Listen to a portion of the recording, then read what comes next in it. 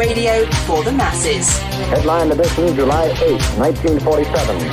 The Army Air Forces has announced that a flying disc has been found and is now in the possession of the Army. If the game is rigged, change the game. Game changer. I occasionally think how quickly our differences worldwide would vanish if we were facing an alien threat from outside this world.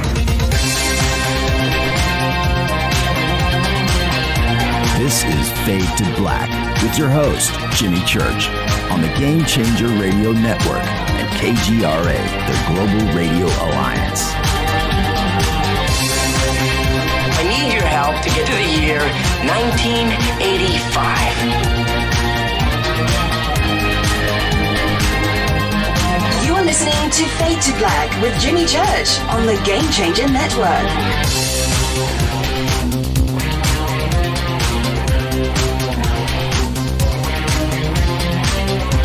Good evening. Fade to Black.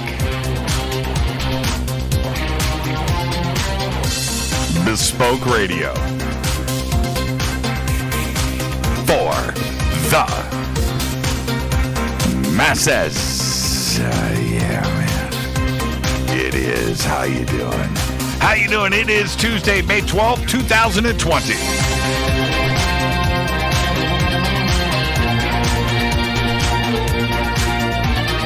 133 days into the new year. Only 233 days left. Lots of threes in those numbers. We are live from a bunker somewhere in the middle of beautiful downtown Burbank, California. And I would like to welcome everybody listening all around the world, all across the United States. Hither and thither, to and fro, back and forth, up and down, east and west, and north and south. Far and near. This is Fade to Black for KJCR, the Game Changer Network, and KGRA, the planet. I'm your Jimmy Church. What is cracking, everybody? How you doing? How you doing? All right. You know, I just love going through these gifts, that just flood in at the top of the show. You guys are the best, man. I'm just hearting all of them. Just heart. Man, was that did I just see the, I did.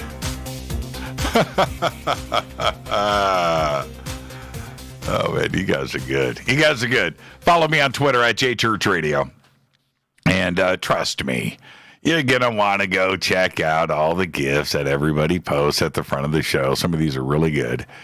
And is that Thin Lizzy? Oh, man. Well done, Brian. Well done. Who is this? Hold on a minute. Ruby Slippers. Who posted Ruby Slippers? Nobody knows about Ruby Slippers. And they were great. That was a good band. Oh, that was Scott. Yeah, he used to hang out with Ruby Slippers. Yeah. Okay, anyway, I can go completely sideways on everything that was just posted. Great show tonight. Great show last night. More on that in just a minute, but great show tonight.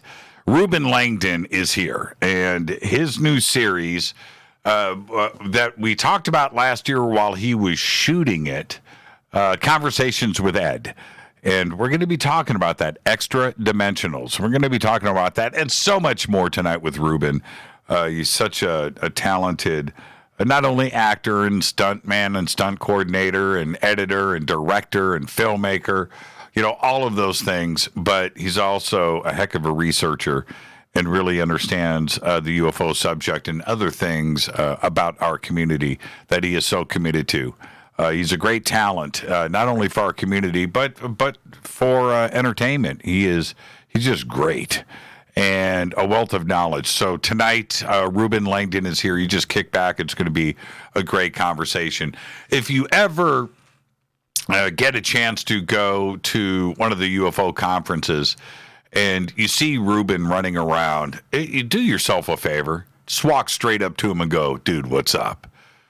He's really cool, and just if you can jump into a conversation, and I'm serious too. You've got to do it. If you see Reuben and I talking, walk right up and interrupt and jump in the conversation. Just walk right up. Hey, I need to jump in. I need to jump in right here. Reuben Langdon is with us tonight. Tomorrow night, Jim Peniston is here, and this is going to conversation tomorrow night. When you think about the week that is and was here on Fade to Black, last night with the House, tonight Reuben Langdon, tomorrow night Jim Peniston. Oh man, right? Well, we're going to wrap up tomorrow night with Jim, and I'm really looking forward to this conversation. I'm going to throw Jim under the bus a little bit. He shot me a text earlier today, and he said, Jimmy, I expect you to ask me anything. Don't hold back. I on everything that I love. And I wrote him back. I said, man, Jim, it's just you and I having a conversation, man. It's going to be great. It's just us. So that's tomorrow night, and you're not going to want to miss that. Thursday night is another Fader night, and it's open lines all night long. And after the last couple of months that we've had in the UFO community, the last couple of weeks and the last couple of days, holy crap, what a great night it is going to be on Thursday. Open lines all night long. You can follow me right now on Twitter at JChurchRadio. Okay? Start right there at JChurchRadio. And not only follow me on Twitter, which is great, but say something, comment, engage. Engage. Do it. I'll respond. I will. I mean, if it's smart. Speaking of smart, last night, I don't even know the title of it. Rita and I stumbled upon a Frank Zappa documentary based on, kind of loosely based on Flo and Eddie, from the Turtles. From the period of like 1970 to 1972. And it was absolutely incredible. 3 hours long. Just an incredible documentary. And it just made me feel smart. Love me some Zappa. Love me some Zappa. The documentary was about him going through band members and how he selected them, and they interviewed everybody that was in the band. Oh man, wow, what a great documentary! And like I said, that's where I get all my best material. I steal it. I steal it from Redfern. I steal it from Dolan. Steal it from Langdon. I steal it from Zappa. I do. I really, really do. If you ever get a chance to go and listen to Zappa's One Size Fits All, Joe's Garage, Chic Your Booty, live in New York at the Roxy and more, I think that's what that was called. Go and listen to Overnight Sensations, Tinseltown Rebellion. You go and listen to any of those albums, and you're listening to Fade to Black. You're gonna go listen, and if you're a fan already, but you're gonna go and listen and go, wow, I thought that was a Church original. The stuff that is printed on the back of the Fade to Black t-shirts, right? All the Jimmyisms, they're all stolen from Frank. But I got to admit it. It's cool, right? If I admit it, right? It's all good, right? Okay. I feel better. I feel cleansed. All right. You can email throughout the show, Jimmy at jimmychurchradio.com. We have 2 chat rooms open, one right here on Spreaker, got it, one at KGRA The Planet, got it. We've got everything that's going on over at YouTube. Hello, everybody on YouTube. Facebook, everybody that's watching right now and listening on Facebook, hello.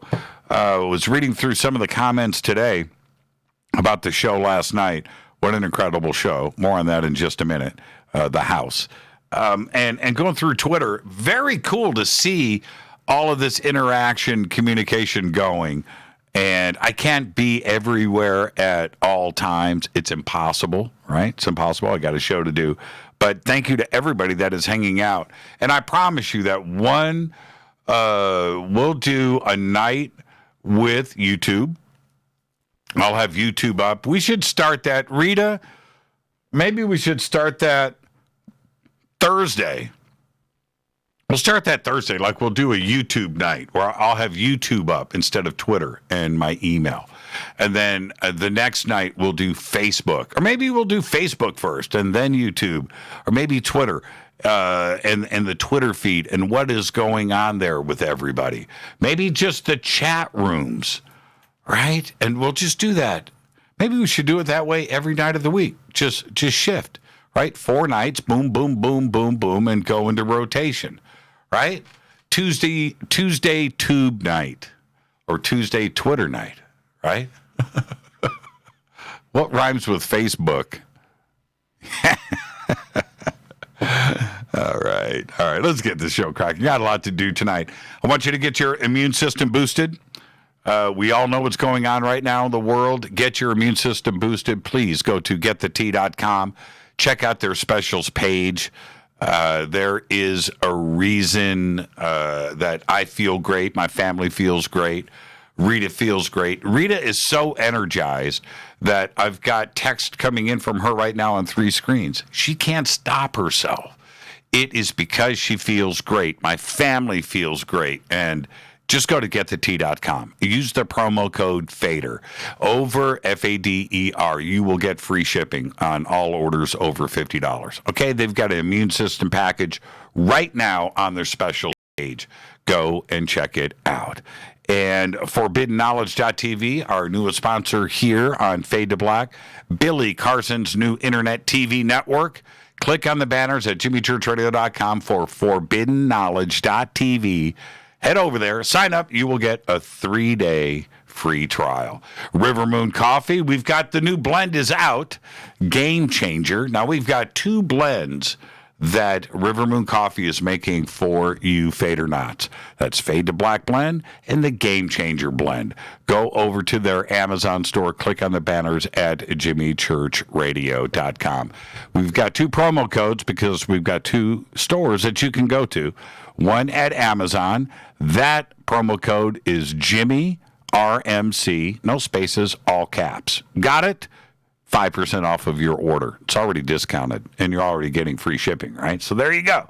And then over at rivermooncoffee.com, that promo code is F2B Blend. That's F, the number 2, B Blend. F2B Blend, 15% off of your order today. All right. Man, I'm digging all of the Frank Zappa stuff. You guys get Zappa, don't you? You know, Rita said to me last night, she goes, when I was growing up, I might have heard Zappa 3 times, and, over in Europe, it was just a different thing, and, but over here, and I said, oh, you know what, Rita? He was like that everywhere. You had to, because there was no Zappa on the radio. I don't think they played Zappa on the radio till like Valley Girl, and that doesn't even count. And nothing since either, right? Well, anyway, no, the only way you got Zappa is if somebody slipped you the album, right? A bootleg cassette, and you were able to check it out. But there was no Zappa on TV. There was no Zappa on the radio. He was not out there. That was an underground thing. Everything that he did was because he was great, not because the industry supported him. No, that is not the case. Not the case at all. But anyway, Frank Zappa, I'm glad you guys are right there with me. Let's get to the breaking news. Our simulcast of The House last night with The Dark Zone made the Connecticut Post today in an article by Andrew DaRosa. It's very cool. Seriously. You need to check it out. Fade to Black got a mention, and it's a pretty cool article. Now, we've got the links up for the article throughout social media for you to go and read it. Really quick, Rita and others that are listening, if you could repost it right now in Twitter, retweet it, so I can get it up there for everybody to see during the show. But it's a great article. And thank you to not only the Heinzens, but everybody over at the Dark Zone. Last night was very special. More on that in just a minute. And today I saw this headline on Fox News. Thank you, Renee, by the way. That said, Martian rock samples could bring extraterrestrial viruses to Earth. That's the headline. So then you go and click. It seems that former NASA Ames director Scott Hubbard said he is concerned that the future rock samples brought back from Mars will need to be checked and quarantined, as will the astronauts who return from future visits. Quote, this is quoting Hubbard, quote, I have heard from some colleagues in the human space flight area that they can see how, in the current environment, the general public could become more concerned about bringing back some alien microbe, virus, or contamination, end quote. Now, Hubbard, who now teaches aeronautics and astronautics at Stanford University, added that the rock samples brought back by the Perseverance rover will have to be quarantined and treated as though they are the Ebola virus still until proven safe. Now, they will also, he continued, they will also need to be baked at high temperature prior to being safely examined. Now, NASA will launch Perseverance, the unmanned rover, this July 17th, along with the first helicopter drone, all of this to search for extraterrestrial life on the red planet. But that helicopter won't search for anything. It doesn't even have a camera. Moving on. A 19.6. Listen to me. You heard me. A 19.6 ton Chinese rocket slammed into our planet yesterday, and nobody knew about it. That's all. No more news. No, I'm being serious. A 19.6 ton Chinese rocket, the Long March 5B, became the heaviest orbiting thing to fall uncontrolled to Earth in nearly 3 decades. All of this according to Jonathan McDowell, the only person that knew about it, a Harvard astrophysicist and orbital object tracker. The last time a heavier object had an uncontrolled entry was back in 1991 when the 43-ton Salyut 7 Soviet space station re-entered the atmosphere over Argentina. Now, although it was tracked over New York City's Central Park, and I'm not making this up, there is no mention in any press release anywhere today about where it finally crashed. It's not out there, seriously. So, if you know anything, if you've heard anything, please contact me immediately. All of the press releases on every website from every mass media outlet, every one is a cut and paste job. They all say the exact same thing. I don't know where it came down. Tracked over Central Park, tracked over Colorado Springs, tracked over Hollywood, Florida, and I don't even know how that happens, right? Hollywood, Florida, and which is directly south of Central Park, how it made that turn. That I don't know. But nonetheless, and then eventually over Colorado Springs, where did it come down? Nobody knows. So if you find out, please let me know. Cosmic debris. Very well played, Mark. Well done. All right. Where am I at? The StarWorks UFOs and Artificial Intelligence Conference in Laughlin, Nevada is going down November 5th through the 8th. And I want you to go to StarWorksUSA.com for tickets and info. I'm going to be there. Rita's going to be there. Fade to Black crew. Grant Cameron, Paul Hynek, James Fox, Alan Stivelman, Sid Goldberg, and another great speaker, dozen great speakers. So go and check it out now. StarWorksUSA.com. Today, hold on for a second. Today, it was announced here in Los Angeles that the citywide, countywide lockdown here in Los Angeles is probably going to be extended through July. Very interesting. Okay, so that went down today. We just moved the dates for Disclosure Fest to August 8th.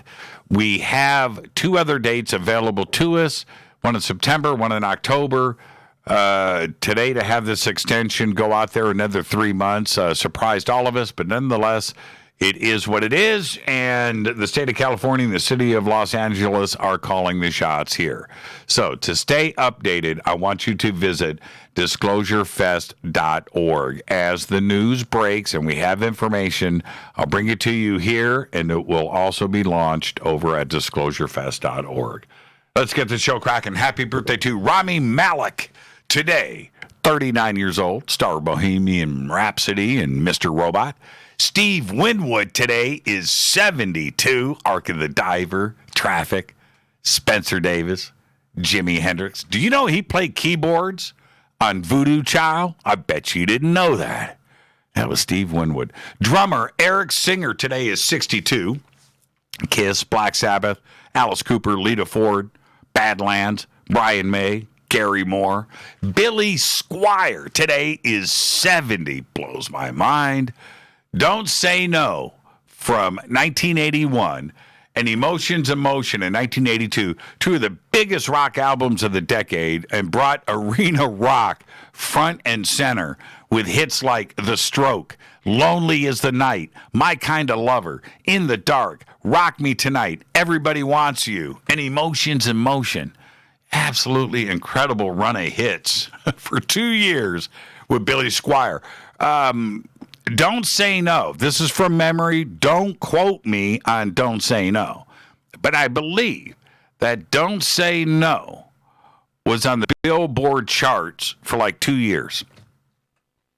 That's right. Incredible run. Our dead guy's birthday today is George Carlin, 1937 to 2008, died at the age of 71, considered by many to be the greatest stand-up comedian of all time. He put out 14 stand-up comedy specials for HBO in his career and was the first host of Saturday Night Live back in 1975. He was awarded the Mark Twain Prize for American Humor in 2008, right after he passed away. He was the winner of 5 Grammy Awards, and his infamous 7 Dirty Words comedy routine was first performed in 1972 and was central to the 1978 U.S. Supreme Court case FCC versus Pacifica Foundation. And there you go. The thing is, was he the greatest comedian of all time? Maybe. Probably. But he was definitely the greatest stand-up truth teller. On this day in history, 1963, Bob Dylan walks out on the Ed Sullivan Show. It was the appearance that never happened. On May 12, 1963, Dylan walked off the set of the country's highest-rated variety show after network censors rejected the song he planned on performing. Here's your Fader fact. Are you ready? A castrato. A castrato is a male singer castrated in boyhood to retain a soprano or alto voice. The practice of castration was banned in 1903. The last official castrato, Alessandro Morchesi, right? Retired from the Sistine Chapel in 1913, though some historians suspect that Domenico Mancini, who sang in the papal choir until 1959, was a secret castrato. And that is your Fader fact. Did you just go, ugh? Right? There you go. All right. Tonight, very special guest, Reuben Langdon. And it's like this. I'm going to get all of this in 5 minutes. All right. So I'm going to drink this River Moon coffee. I'm going to do this fast. If you tuned in last night, you were taking part in a pretty historic show for a lot of reasons. First, we did a simulcast with the Dark Zone in which I got to host their live stream called The House. Now, although simulcasts have happened many times with different types of events, It's actually quite rare when two or more different networks can come together and agree to it. But the Dark Zone was with us from the very beginning, and it shows everyone how cool our community really is. Second, the opportunity for the Fadernauts to meet the Heinzens, the current owners of the Conjuring House, and even take a virtual tour through the home, whether it was with the live stream or on Fade to Black. It was a very unique and singular experience, and one that I really enjoyed doing. I learned so much last night from the Heinzens. And third, although it would have been cool to have the football and the broom fall over, and if you listened and watched last night, you know what I'm talking about, live on the stream and on Fade to Black, something else happened last night when the dad, Corey, revealed to us that he had found a box in the basement that had a drawing in it of a person who had a broken neck with their tongue sticking out. So, this was right before the commercial break, but when we returned, I went back to Corey and asked about the box and the drawing. And I had asked him if he could take us down to the basement so we could check it out. Now, as we made our way down to the basement, I had no idea how significant this box would turn out to be. The drawing wasn't on a piece of paper. No, which is what I was expecting. But a drawing on the box itself inside. Now, of course, I wish everyone listening on Fade to Black could have seen what I had seen on the screen. But for those watching on the live stream, they know why I had the reaction to the sketch like I did. Now, I'm going to reach out to the Dark Zone and the Heinzens to see if we can get screenshots of that very moment, because in a small way, it was history being made. Should I have grabbed my phone and snapped a picture of my monitor at that moment? Sure, maybe. But just like anything else that happened so fast, I was caught up in what was going down. And yes, it was pretty amazing to see. Now, I think that we can expect a lot more in the future about this drawing inside the box because it is very important. We have to ask, who drew it? When was it drawn? Why was it drawn? The box itself looked quite old. Was it there before the Perrins lived there? Does Andrea Perrin know anything about it? Right? There were also more drawings, by the way, and I looked at them briefly when the camera was moving around in the inside, but my attention was focused on the broken neck lady. Now, I say lady because the figure looked like it was wearing a dress, but I'll leave this to others to analyze. But its neck was definitely broken. The person was dead, and the tongue was hanging out. It was most certainly drawn by a child. And we have to ask ourselves, what did this child witness? What was going on in that house? Was it a dream? Was it real?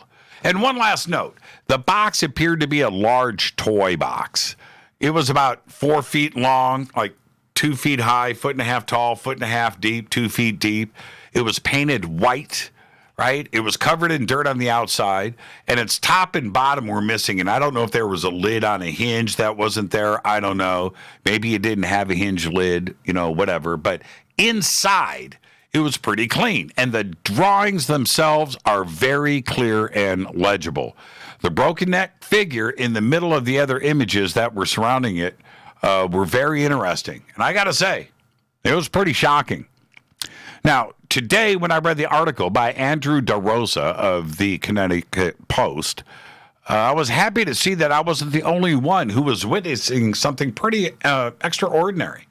It was pretty amazing. And quoting Andrew directly from his article today, he said, the highlight of the almost 2-hour interview came when the family told church about a box that they had found in the basement, which contained a child's drawing of a hanging woman with a bent neck and her tongue hanging out. When the family showed the drawing to the camera, chills went down my spine again as I stared into the eyes of what is perhaps a child's drawing of a demonic entity, end quote. Now, yeah, I think we can all agree with Andrew. Everyone had chills going down their spines, pretty much all the way to the floor. This is why live radio, and today's version, live streaming, is so cool. You never know what may happen, and most of the time, nothing does. But it's the anticipation that makes things so compelling. And when it does, right, when it goes down like last night, it's bleeping history. If that drawing is any indication about what is happening at the house, the Heinzens have one heck of a paranormal investigation in front of them for years to come. Just ask Andrea Perrin. This is Fade to Black. I am your host, Jimmy Church. Tonight, our guest, Reuben Langdon, and it's going to be one of those conversations. So you stay right there. I am your host, Jimmy Church. This is Fade to Black on the Game Changer Network and KGRA, The Planet. You can follow me on Twitter at JChurchRadio. You can follow Reuben at, well, Reuben Langdon, right there on Twitter. We've got everything up in the Twitter feed on the Game Changer Network and KGRA, The Planet. Stay with us. We'll be right back.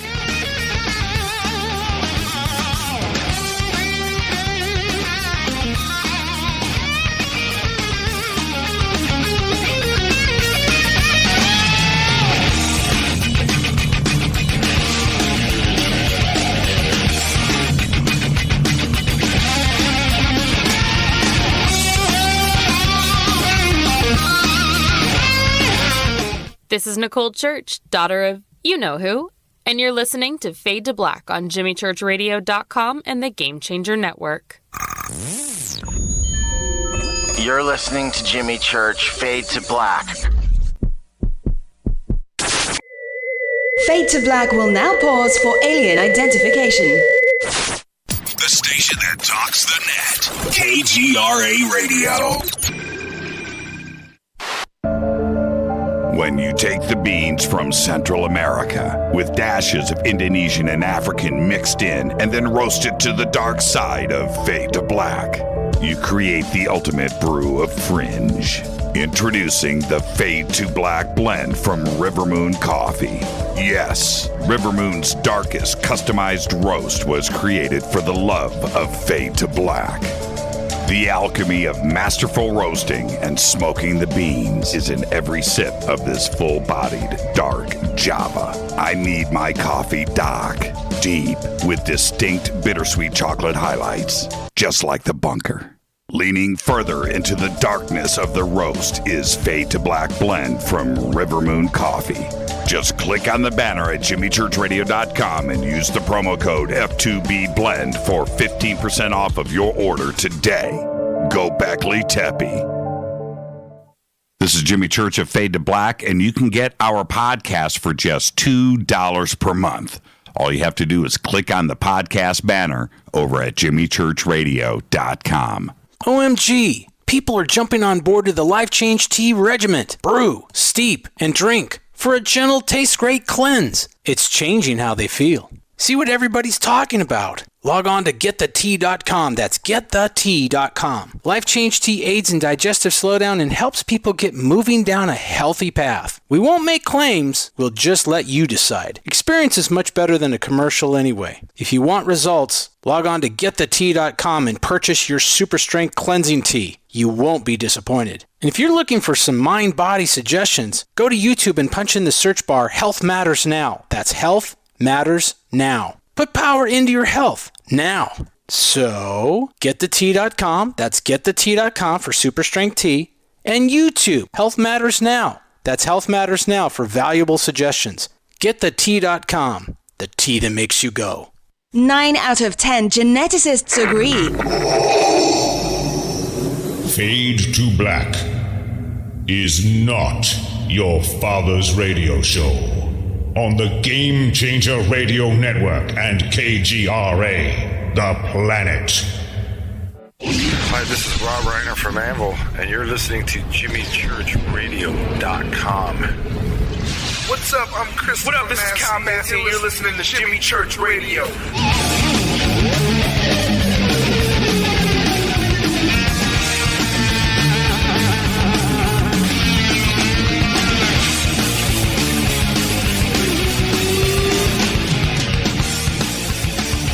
All right, welcome back. Fade to Black. I'm your host, Jimmy Church. Tonight, Reuben Langdon is here. Conversations with Ed. Extra dimensionals, actually. I like saying Ed. Tomorrow night, Jim Pennison joins us. We're going to be going through Rendlesham and all of the latest news that is going around. Thursday night's another Fader night. Open lines all night long. Tonight, it's all about Reuben Langdon. He joins us to discuss his new series, Interviews with Ed. Each episode focuses on one particular race or collective of beings and or actual beings who channels through a particular person or persons. Now, at a young age, Reuben began his career in Japan as a series regular, acting in the Japanese superhero TV series B Fighter Kabuto. He later relocated to Hong Kong to work alongside the most recognizable names in action, including Jackie Chan and Sammo Hung. Eventually, he made his way to Hollywood and worked regularly as an actor and stuntman on the international hit show The Power Rangers. He also made appearances in several blockbuster films, including Charlie's Angels, Spider-Man 2, Ant-Man, and Pirates of the Caribbean at World's End. And he has been the stunt coordinator and or stuntman in The Office, Dexter, CSI Miami, and many other film, TV, and video game projects. In April and May of 2013, Reuben co-produced the Citizens' Hearing on Disclosure. It included 40 witnesses from 10 different countries testifying in front of 6 former members of the United States Congress on the fact that the world is being engaged by extraterrestrials. His website links are right there over at jimmychurchradio.com, and I would like to welcome back to the show Reuben Langdon. Reuben, good evening, man. How are you? Good evening, Jimmy. How's it going? Hey, it's going good. Check this out, Reuben. Not to reveal exactly what we talked about today. Maybe I will. Maybe I'll do it because it was actually pretty funny. But this tweet just came up in Twitter. Can I read it? You ready? Sure. It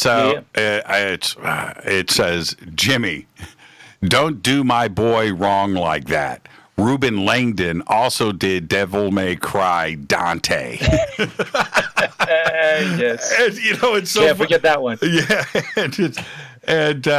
Can I tell everybody what I said to you today? Is that cool? Yeah, sure. Okay. I go, this is a conversation between Reuben and Jimmy. I go, Reuben, what's up? Nothing, Jimmy. What's going on? I said, hey, Reuben, just tell me right now. I want the truth.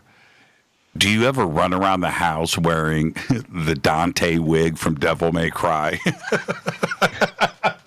And my answer was, if I had one, maybe. I don't know. It was just so funny, and to see this tweet pop up.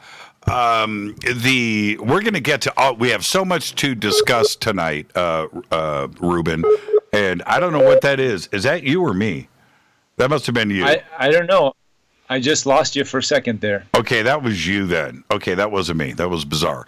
Okay, we've got a lot to talk about tonight, and there's a lot of things going on, and the new series right now is a huge hit for you, and congratulations. Conversations with Ed. Thank you. But... it's actually called Interviews with Ed. Yeah, Interviews with Ed. How many times have I said... But I am having conversations. Yes, you are. Interviews with Ed. Is that your career, okay? Your career, you're working. One click on your IMDb page, which everybody in Hollywood does to see who's working and who's not, right? You're working. Right, you are a busy guy. You've got stuff going. Busy, yeah. Yeah. You've got things going on, not only in the video game world, but in the TV world and stuff. You are working here in Hollywood. You don't have to do what you're doing, right, for this community. Your new TV series and the research and the contributions that you make to all of us here. You don't have to do it. Why do you do it, Reuben?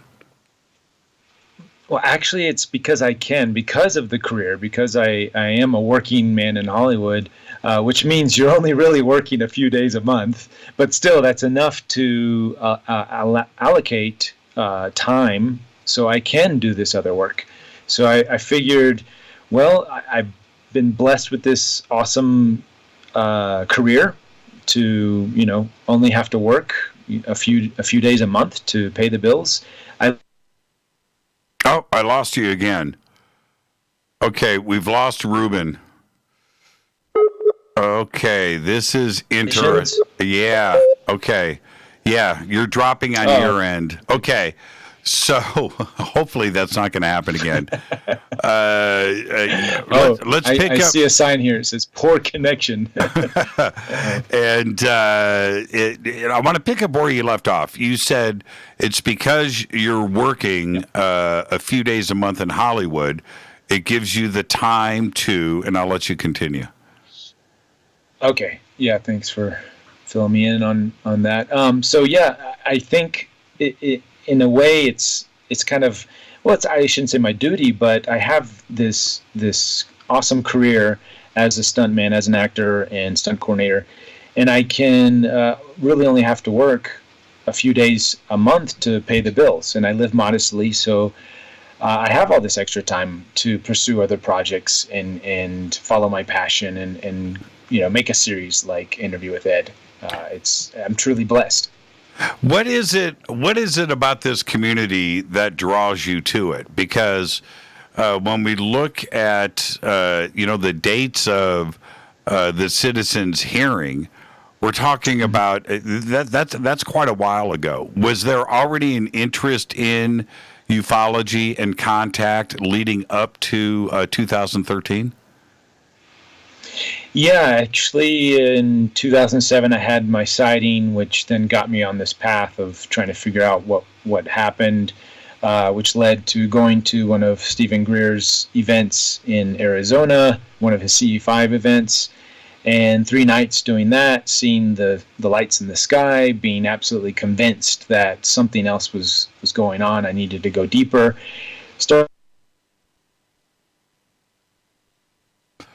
Okay. Shoot.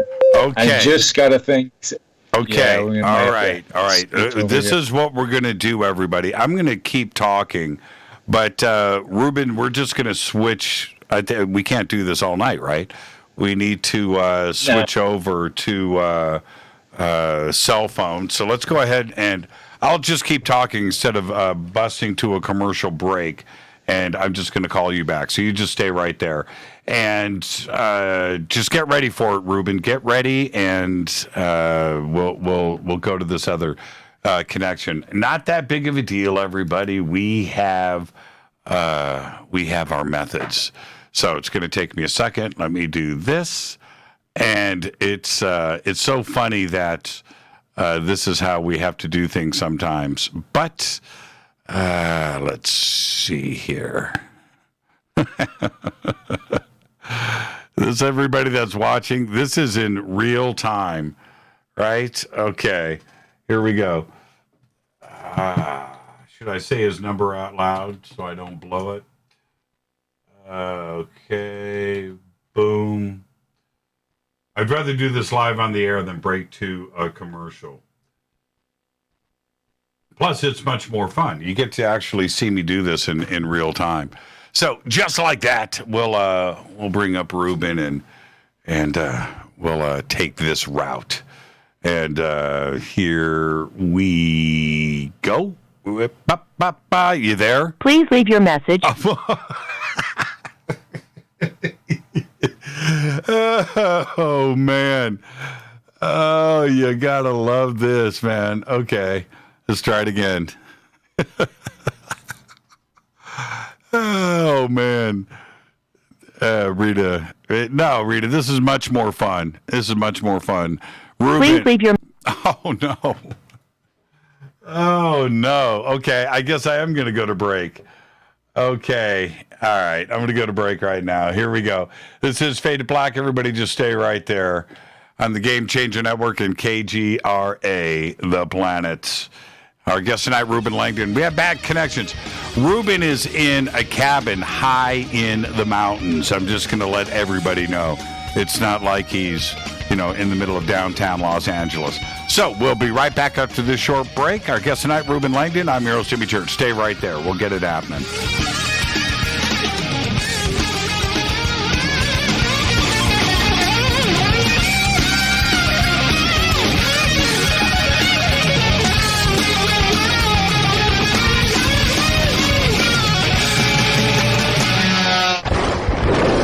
This is Fade to Black with Jimmy Church on the Game Changer Radio Network and KGRA, the Global Radio Alliance.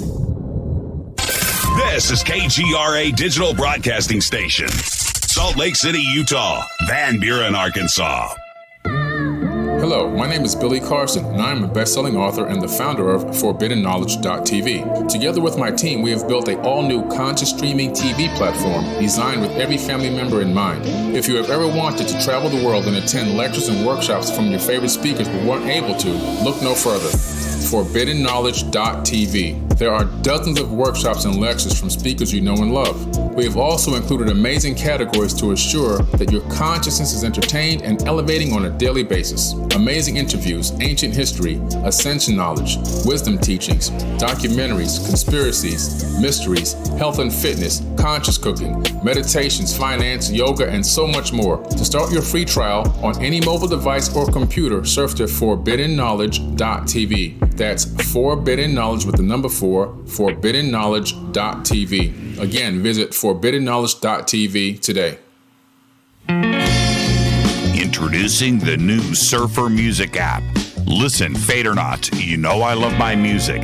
This is my go-to for all things notes.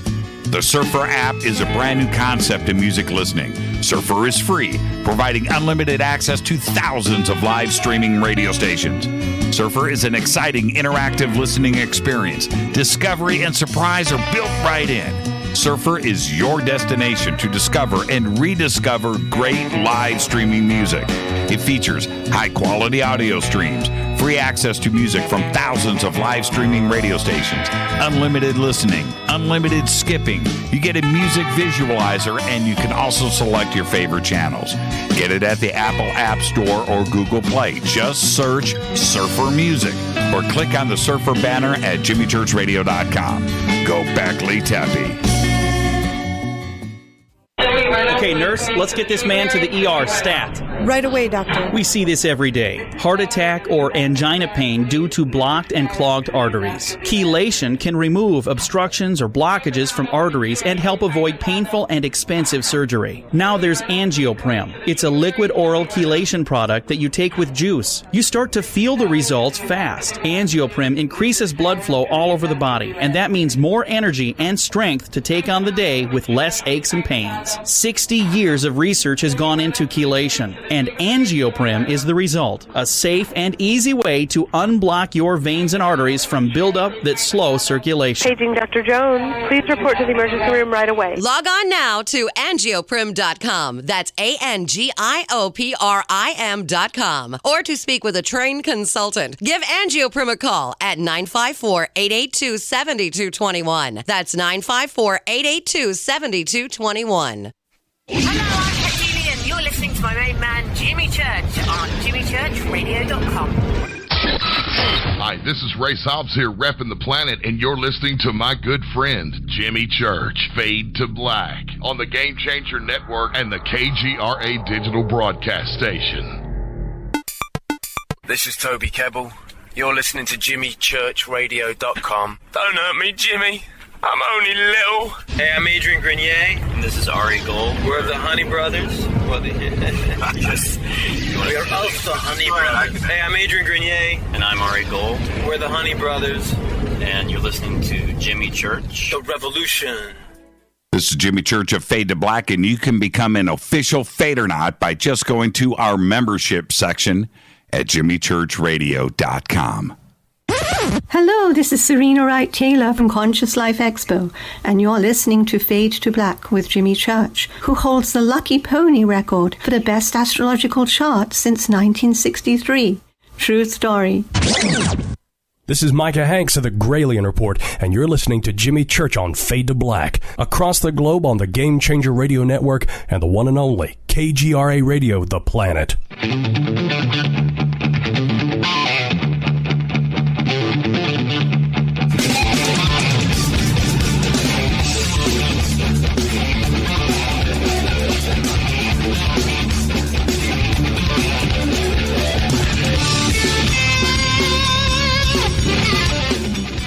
right, welcome back. Fade to Black. I'm your host, Jimmy Church. Our guest tonight, Reuben Langdon.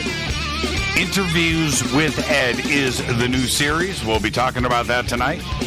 Right before the break, Reuben was telling us that it was a visit with Stephen Greer doing a CE5 when you started to see things for the first time and you were convinced there was something else going on.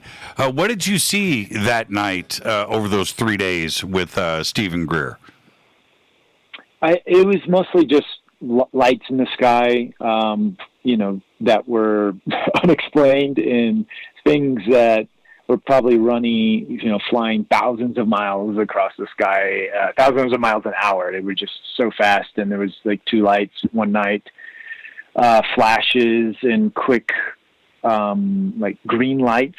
One of the nights, I forget. I just remember 3 nights. It kind of sealed the deal for me. I'd already done a lot of research, and I had my other sighting, and it sort of put me on this hyper focused road track of, okay, let's figure this stuff out. We gotta know what's going on here. And then shortly after, one thing led to another. I was running. I had a visual effects company in Marina Del Rey at the time.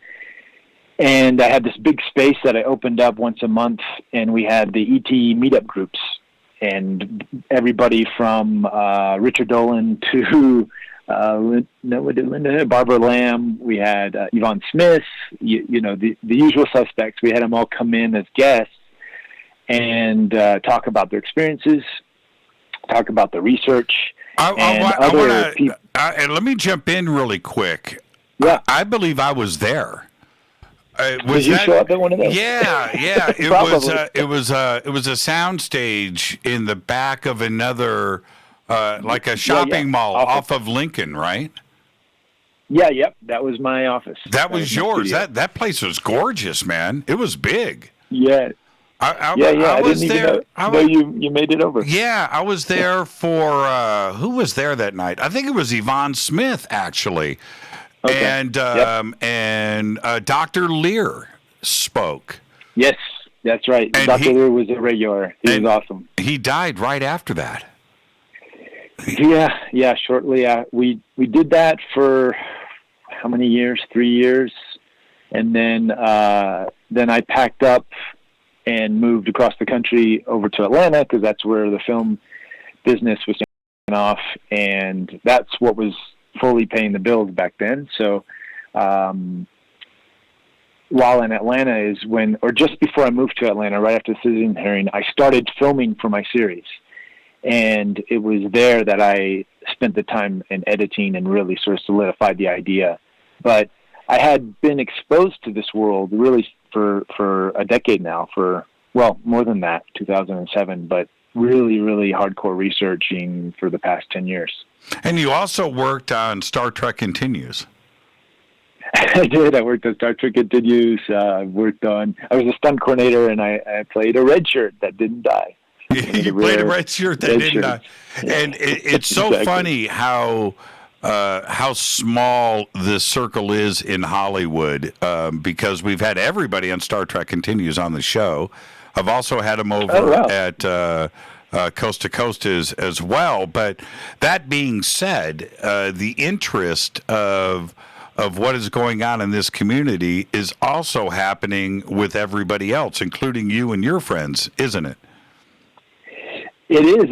It's funny. When I first met Vic, we would go. I'm often at the same sort of anime comic book conventions that he goes to. Mm-hmm. We frequent that circle, and I had just come out of the citizen hearing and doing it, and I had a DVD box set, and I gave it to Vic, and he said, "Reuben, you got to come hang out with me. We're doing Star Trek." I'm like, "What? What are you talking about?" I had no idea what it was. He's like, "Yeah, come help me do this thing." And I'm like, "Oh, cool." So it was interesting, the synchronicities of the timing, and I'm a huge Star Trek fan. I love the show. From watching the old '60s version with my mom when I was little, on our black and white TV set, to the new generation, to I'm a big fan of Discovery. I love love they brought back a lot of, especially season 2, brought back a lot of the old feeling and energy of the original.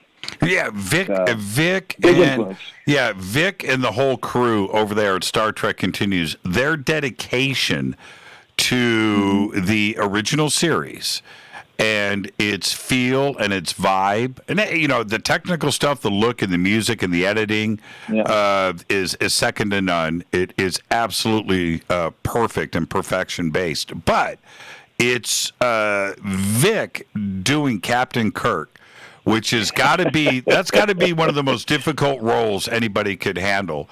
First off, you're going to have people come at you. You're going to have extreme criticism. And the second thing is you've got a choice. Do you do Captain Kirk or do you do the vibe of Captain Kirk? And that's what he conquered. He's got the vibe of Kirk. He did. And after he really pulled it off. He pulled it off. It was amazing. And to be a part of, I feel, in a sense that's going down in history. It's a part of, obviously not like the first one, but in a sense, the fans certainly love it. I had a great time being a part of it. Made so many good friends. We still hang out and talk to each other now. So it was a good little run there. Yeah. You get so immersed into it. After, you get like 15 minutes into the first episode, and then you forget that.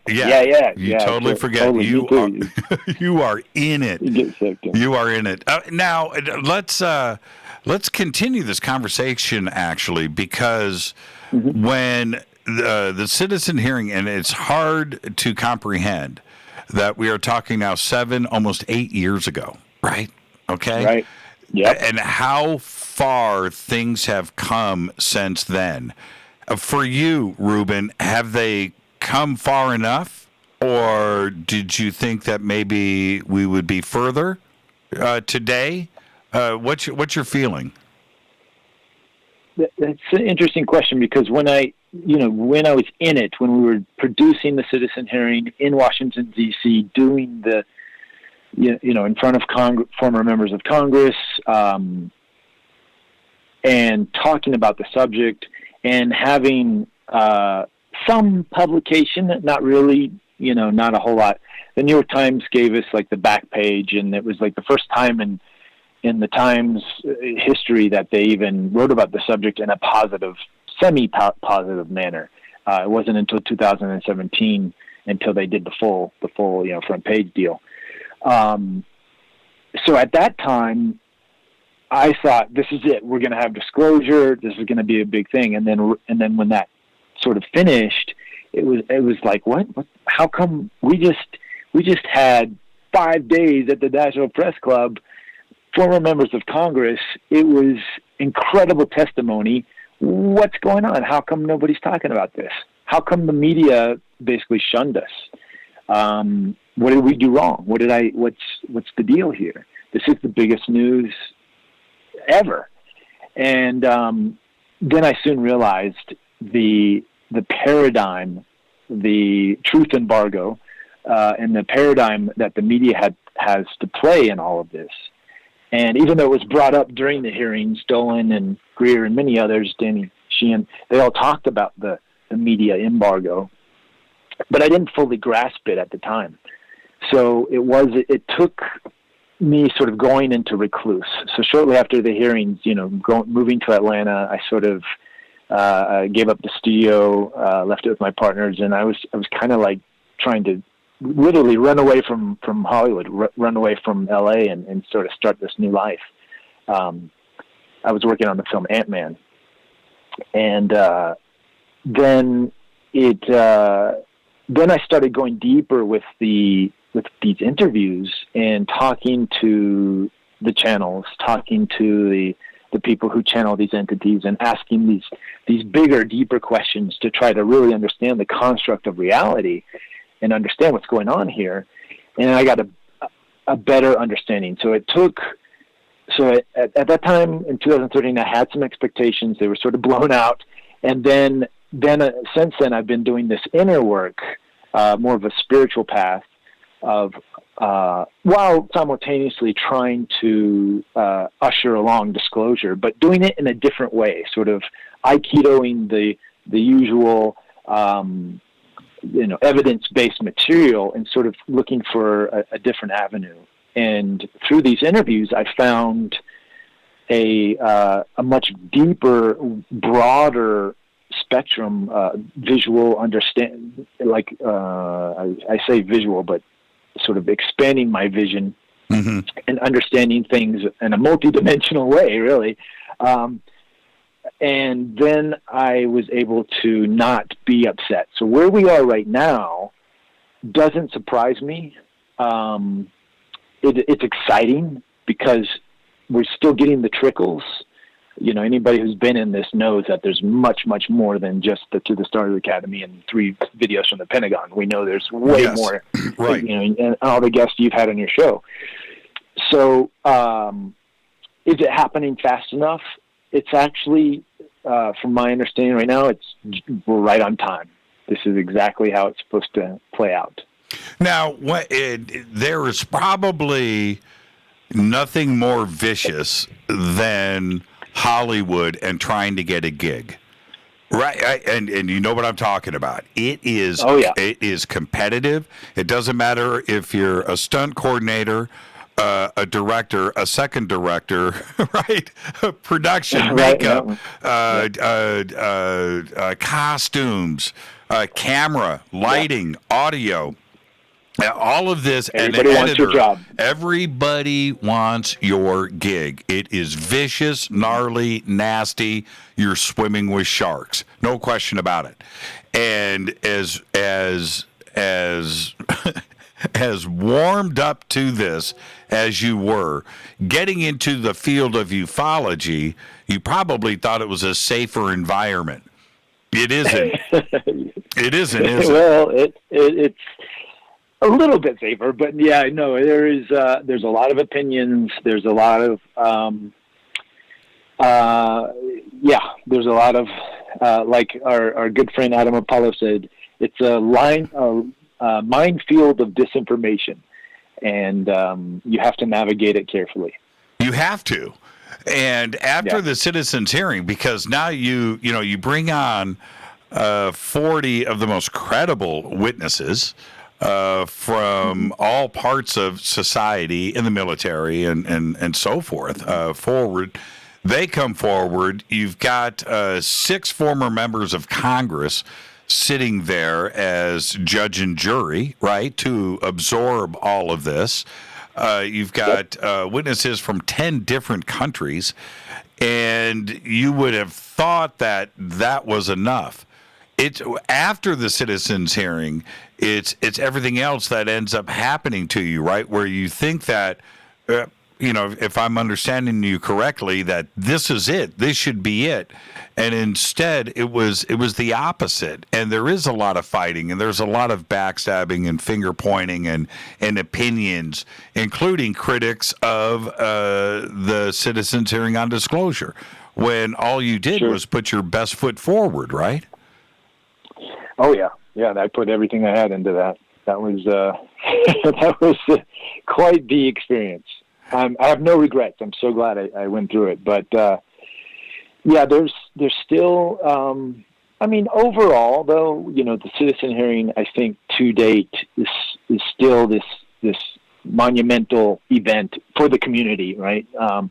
In the general populace, most people have no idea what it is and don't really. Even if you point it out, they're like, "Wow, this is pretty impressive. This happened." I'm like, "Yeah, how come nobody knows about it?" Well, that's the truth embargo that we have on the media. But the awareness now, 7 years later, is now more there than ever. So maybe now is the time. Maybe now is the time to do a citizen hearing, or to release the citizen hearing, possibly. So I think time will tell. Well, how is your overall view changed, or has it stayed the same when you go from your original sighting, then to Greer and a CE5 protocol setting, through the citizens hearing and collecting this data and doing your research to where you are today, how has your view changed on the subject of what ETs even could be? Oh man, it's went, from A to Z, and then, many other alphabets that we don't have and have. Danny Sheehan in the citizen hearing actually says it the best. And for many people who are into this information, for me, the ET pill, so to say, was the red pill, was my gateway drug to what is reality, right? To really sort of shake it up. You go along in life and you sort of see things, you see the world through a lens. We're told at school, this is, got to get a job, you got to go do this, learn your math, all that good stuff. And you kind of just go along with, I had my passion with action films. I trained hard. I worked with the best. Great time, no regrets whatsoever. I've had an amazing life and amazing people to work with and experience things. But the ET pill, to me, is really it's reshaped my entire worldview of how I see the world. I see the world through a different lens, and that it's constantly evolving from the lens I saw it, just knowing that we're not alone in the universe or even on this planet in 2013, to now having indirect conversations through interviews with Ed, but now having my own telepathic communications with entities and consciousnesses that I can connect directly with. So I went from, action stuntman who really didn't have a spiritual bone in his body to, meditating, to Qigong, and now to telepathic communication with extraterrestrials. It's been a gradual experience. I just, many people have their aha moments. I guess just having seen those things in the sky was my aha moment. But I've learned to develop these skills. I've learned that anybody can become telepathic, that anybody can have contact if they seek it out. And that has been, I guess, the biggest, the widest gamut. And then seeing the world through a different lens as far as the political state of things, the economical state of things, the geopolitical, like all of it. Like, you understand why we're in the situation we're in if you do research in the UFO arena. You really understand the bigger picture of all, I think, all of it. You don't even have to go into the politics and stuff, because you can sort of use that same model of the truth embargo. Why is it being secret? What is this press? Why is the press not talking more about this? And just uncovering that UFO aspect, you can sort of apply that on a bigger scale, the micro and the macro, to understand, this is how the entire world works with international banking and all that goofiness, the pandemic and all that fun stuff. Is it a combination of the original UFO hypothesis, the nuts and bolts, the flying saucer, the silver disc, little green men, and an interdimensional, entangled aspect of it that may be, a parallel world multiverse situation where it's not necessarily a nuts and bolts craft with an engine, traveling the stars. Is it just a combination of the both? I think it is a combination, but I think it's also our language. And we as a human race, as we are evolving, so is our language and our understanding of what is reality. So therefore, this idea of ETs evolves with us, evolves with our language. And I think they always were extra-dimensional. We just didn't have the terminology or understanding collectively as a species to fully understand that. So you have, even the earlier accounts of these beings coming down, they point to the stars because that's the closest rendition or the closest thing that we understand at that time. Now that we understand, the famous Nikola Tesla quote, when you think in terms of what is reality, think in terms of energy, frequency, and vibration. And if we know everything is a vibrational frequency, which we've heard a million times, but when you really understand that, and the ETs are pointing, you know, a Palladian being is pointing to the Pleiades star system, they're simply doing that as a reference point because it holds the similar or same vibrational frequency as the archetypal energy of the Pleiades that we have through our storytelling and everything else. So as we're evolving through our language, we're finding better ways to define what this experience is. So yes, it is nuts and bolts because that's the limited language that we had in the past. But as we're expanding our language now, we're understanding that it's much, much more and deeper than just nuts and bolts, ships flying around and flying saucers. There's an interdimensional component that beings do travel through ships, but there's also a telepathic, telepathic communication aspect to it. There's an archetypal, you know, our native cultures have described this. There's this archetypal energy frequency to it.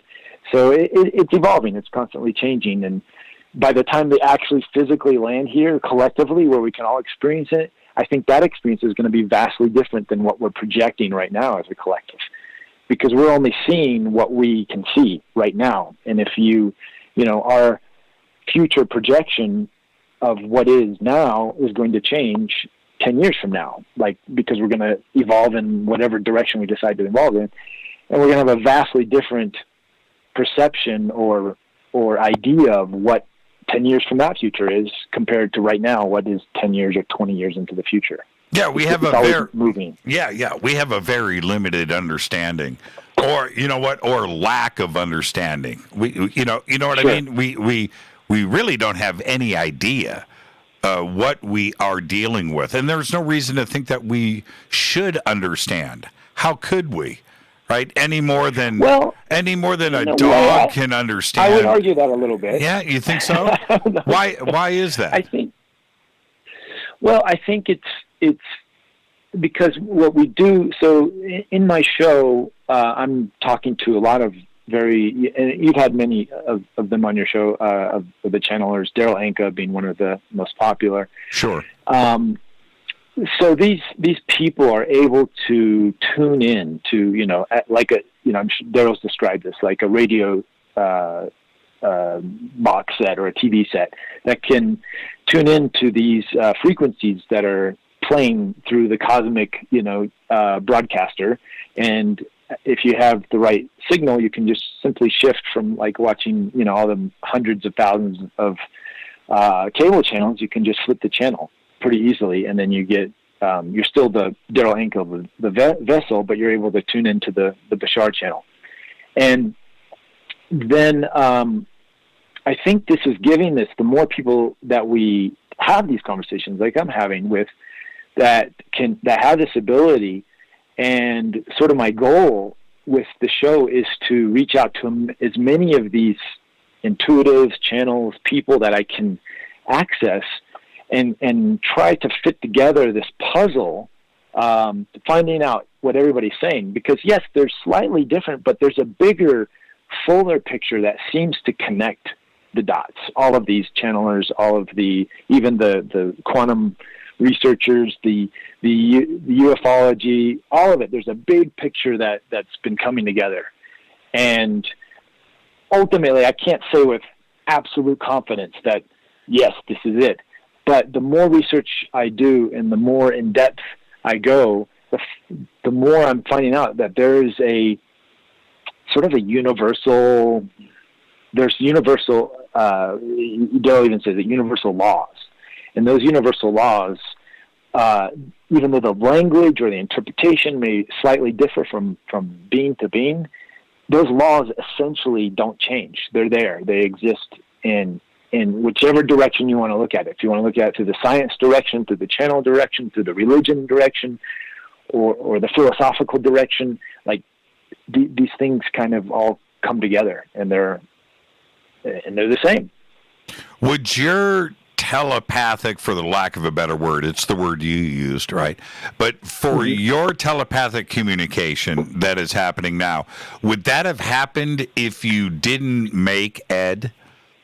Right? Is it something that, would have came and found you anyway? Yeah, so I don't claim to be a telepathic, intuitive channel or any of that stuff. I have, since diving into this world, I have, and I think I mentioned this in the last time of your show, I've done ayahuasca ceremonies, and I've been able to experience what I believe is telepathic communication in that sense. So I was able to sort of, have get images and send images to other people in the circle, the medicine circle, and they were able to do the same back. So, and later we in the morning after the medicine wore off, we exchanged notes, and sure enough, those images were being sent and received, just as I was sending and receiving them. Later on, I received a download, so to say, from I've did an interview with Linda Moulton about this. I don't know if it's ever been released, but I had a contact experience from a mantis being and received these telepathic images and sensations and feelings, and very similar. I can just compare it kind of to that ayahuasca experience. That's the closest thing I can compare it to. Since then, I haven't had any full-on telepathic downloads or images, but I have noticed I'm more intuitive in the sense that, maybe I'm following my gut more, or I'm feeling with my heart more. I'm feeling emotions, and I go into meditations now, and I can try to sense the feelings behind different ideas, concepts, conversations, people, interactions.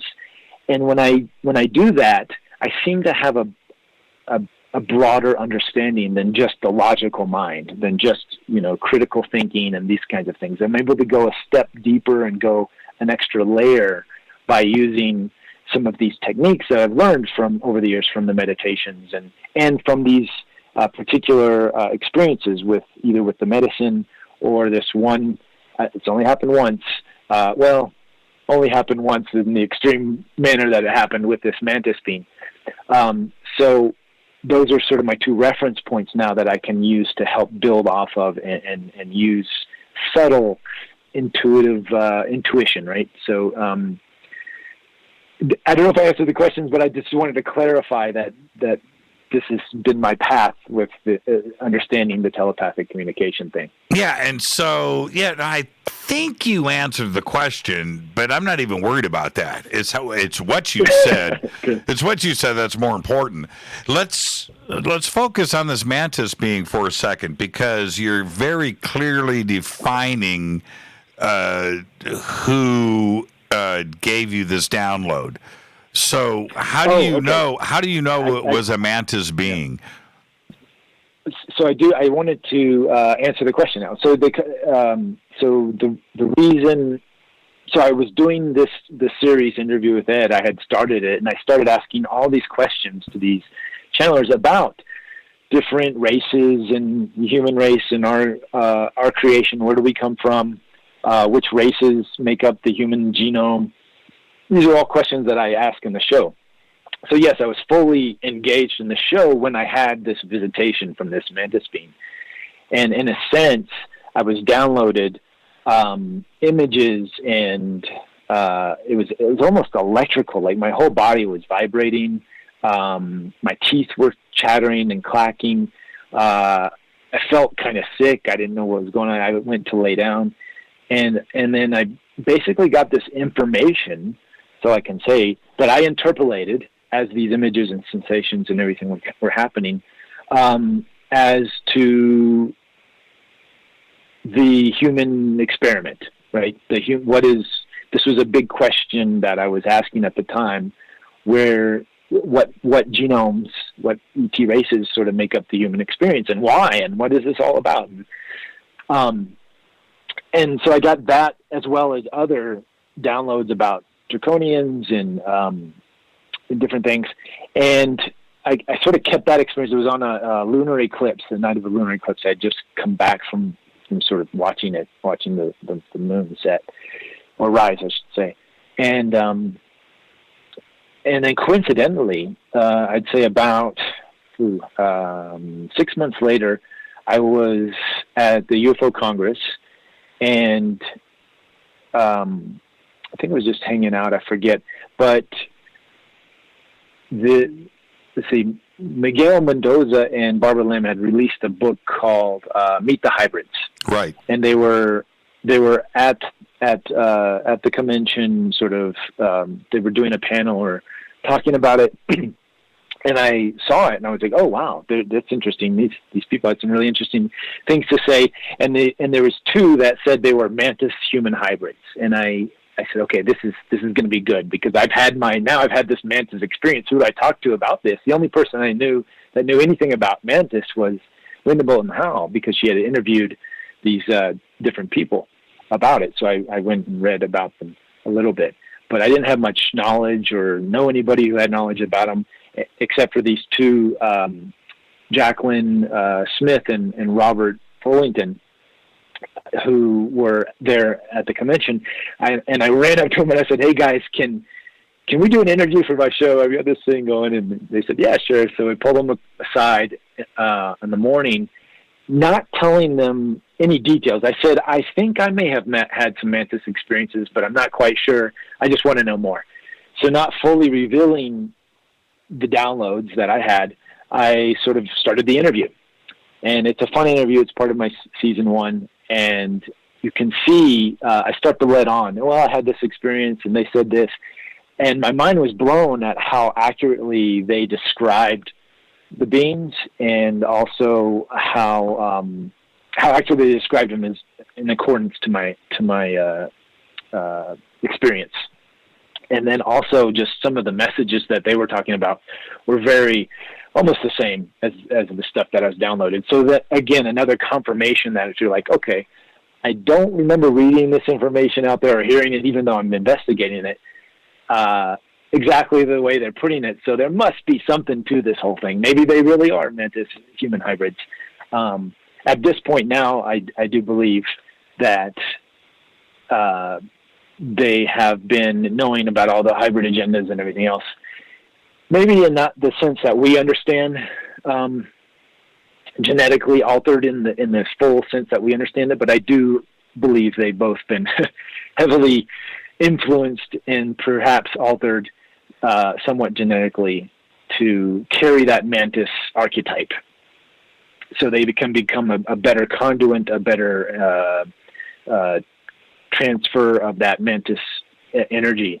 And then later, in a couple of weeks, Elizabeth April, who I interviewed, she has a mantis being that she connects with, and that's going to be coming out on my season 2, where I go even more in depth in the mantis thing, because I've had more visitations since then in a more subtle way, more in like dreams and just meditations, not like that full-on experience that I had a few years ago.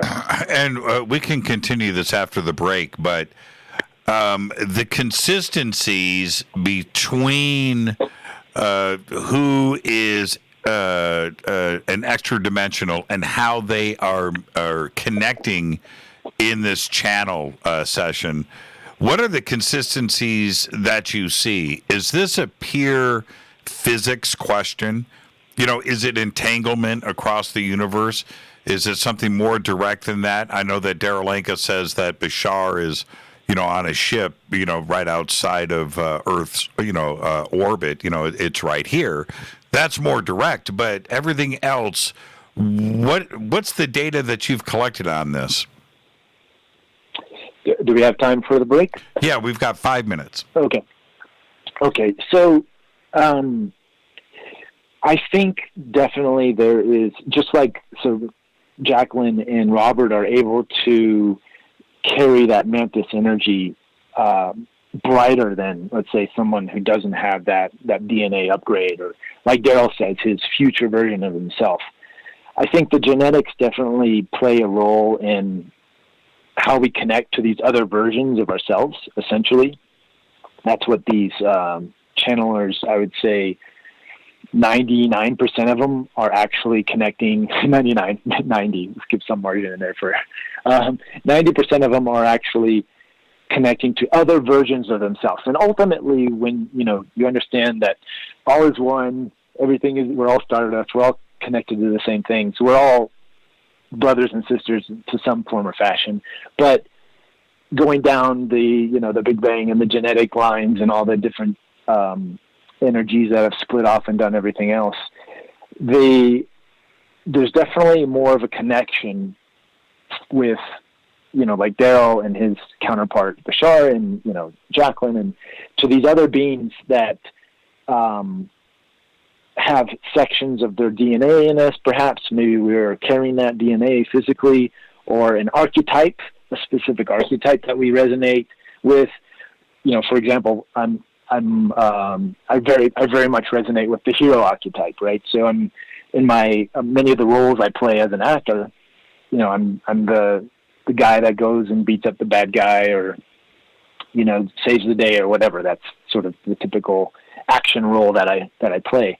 And then yet I'm living out that role somewhat in real life. I'm investigating, and I'm trying to find the truth, and I'm trying to spread the information to the people. In a sense, it's kind of a hero archetype. I'm not beating up or cutting up demons with my sword, but in real life. But in a way, I'm trying to expose the truth and tell people to get along, or help tell people, share that we're all one family here.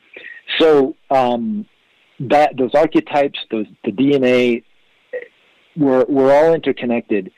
And it's easier to connect to those versions of ourselves that are sort of within the same frequency and same resonance. And then it just goes further from there. But, we're not locked into being, Daryl is not the only one that can channel Bashar. Bashar has come through other people. So, or I think he says he's the only one right now. But in the past, and I've interviewed people who have channeled Bashar in the past. So it's not like it's fixed, but it definitely, there's a resonance that it makes it easier for us to, us all humans who are channelers in our own right, to connect to these energies. Let's take our break right here, Reuben. Stay right there. This is Fade to Black. Our guest tonight, Reuben Langdon. We're talking about his new TV series. It is called Interviews with Ed, Extra Dimensionals. We've got all the links up over at jimmychurchradio.com. Stay with us. We'll be right back. More with Reuben after this short break. Stay with us.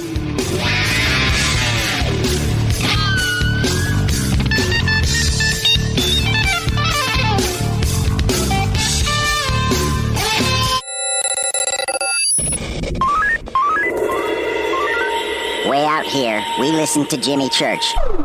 You're listening to Fade to Black. Always on the edge of the hottest alternative talk. Jimmy Church with Fade to Black. KGRARadio.com. ¿Qué tal, mis amigos? Yo soy Mario Carson, el tiburón, y los invito para que escuchen a mi buen amigo Jimmy Church Radio. ¡Claro que sí! Do you want to be an official Fadernaut? Of course you do. This is Jimmy Church of Fade to Black. Just go to our membership section at jimmychurchradio.com. Introducing the new Surfer Music app. Listen, Fadernauts, you know I love my music. This is my go-to for all things notes. The Surfer app is a brand new concept in music listening. Surfer is free, providing unlimited access to thousands of live streaming radio stations. Surfer is an exciting, interactive listening experience. Discovery and surprise are built right in. Surfer is your destination to discover and rediscover great live streaming music. It features high-quality audio streams, free access to music from thousands of live streaming radio stations, unlimited listening, unlimited skipping. You get a music visualizer, and you can also select your favorite channels. Get it at the Apple App Store or Google Play. Just search Surfer Music or click on the Surfer banner at jimmychurchradio.com. Go Beckley Teppy. So, you love talk radio? Then you'll love TalkStreamLive.com. TalkStream Live is always on, 24/7 with the best streaming talk shows. Find your favorite talkers and discover some new ones. It's free, readily available online or on mobile with any smartphone or tablet. Finding your favorite talk shows all in one place has gotten a whole lot easier. Just go to TalkStreamLive.com. Be sure to download the free apps from Google Play or the iTunes App Store. You listen to us, and we listen to you. And so does the CIA. KGRARadio.com. If you have hard water, the lime scale not only leaves white spots, it clogs pipes and breaks down appliances, costing you hundreds of dollars in energy and wear. Eliminate lime scale and other water issues like brown staining and bad odors with HydroCare water products available from Wave Home Solutions. Wave's affordable water systems don't use salts or chemicals. You'll love the way your water tastes, smells, and looks. Satisfaction guaranteed. For more information, go to bestwater123.com. That's bestwater123.com. Are you intrigued by paranormal talk radio? You'll love the new paranormal radio app from TalkStream Live. You'll find a great selection of talk shows covering UFOs, ghosts, strange phenomena, and much more. Download the paranormal radio app now and start listening to the very best in paranormal talk entertainment, including the network you're listening to right now, the paranormal radio app, free in Google Play and the iOS App Store. You are listening to Fade to Black with Jimmy Church on the Game Changer Network. Oi, oi, I'm Reese Evans. You're listening to Jimmy Church. This is Revolution. The revolution will not be televised. The revolution is on radio. Ciao.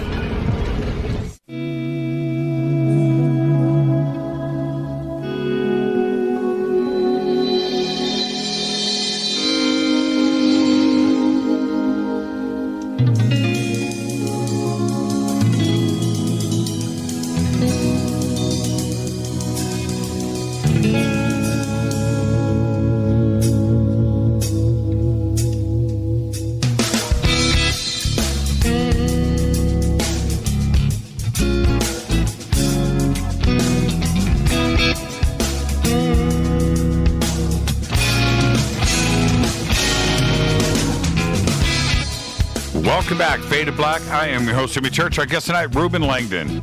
He's an actor, screenwriter, director, editor, stunt coordinator, stunt person, researcher.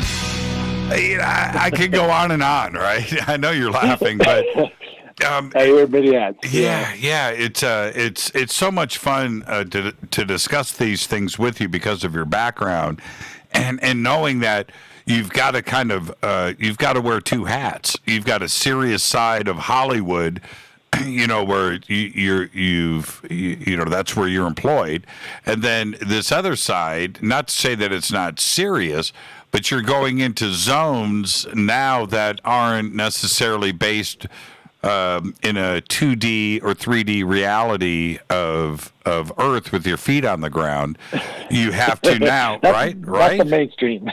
Right. Yes. Right. Absolutely. It's not a mainstream type conversation. It certainly isn't.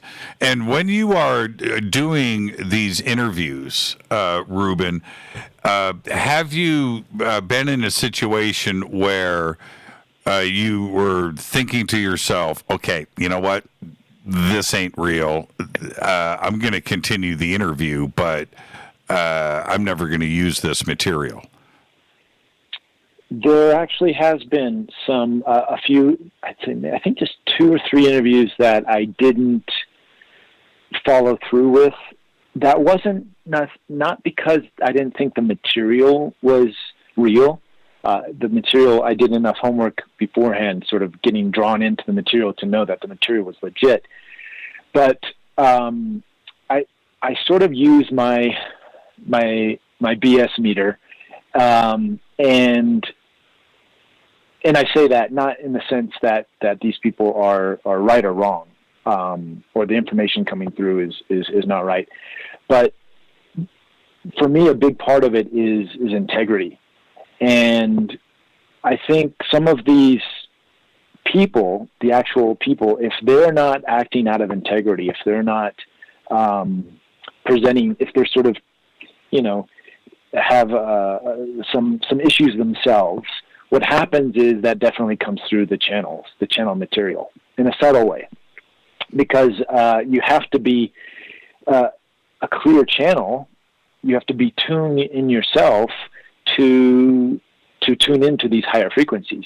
So if you're off, if you're not doing the work, and if you're not of integrity or have alternate motives or whatever, to become famous or whatever it is, and that's fine to be famous, but to do it in a malicious way or just to take money or whatever it is, that's going to come through the channeling, and you're going to connect to an entity or an energy, and we think things as being just one entity, but there are big scales where you can connect to an entity, but this version of that entity, a not so nice version, a version that may want to take advantage of people or put people down, so they can create a hierarchy, so they can, suck their energy or suck their money, essentially. Right. Which has happened in the past with some of these bigger, more well-known channels. I won't name names, but I've had, on a small scale, just a few people that I've, over the years doing these interviews, where I've seen maybe not the best integrity, so I've decided not to release it. Not because I didn't think the information wasn't right, but because I just didn't want to send people that direction to those people. I didn't want customers to go there. And with your travels through Hollywood, does that give you a scale of discernment that most of us can't measure?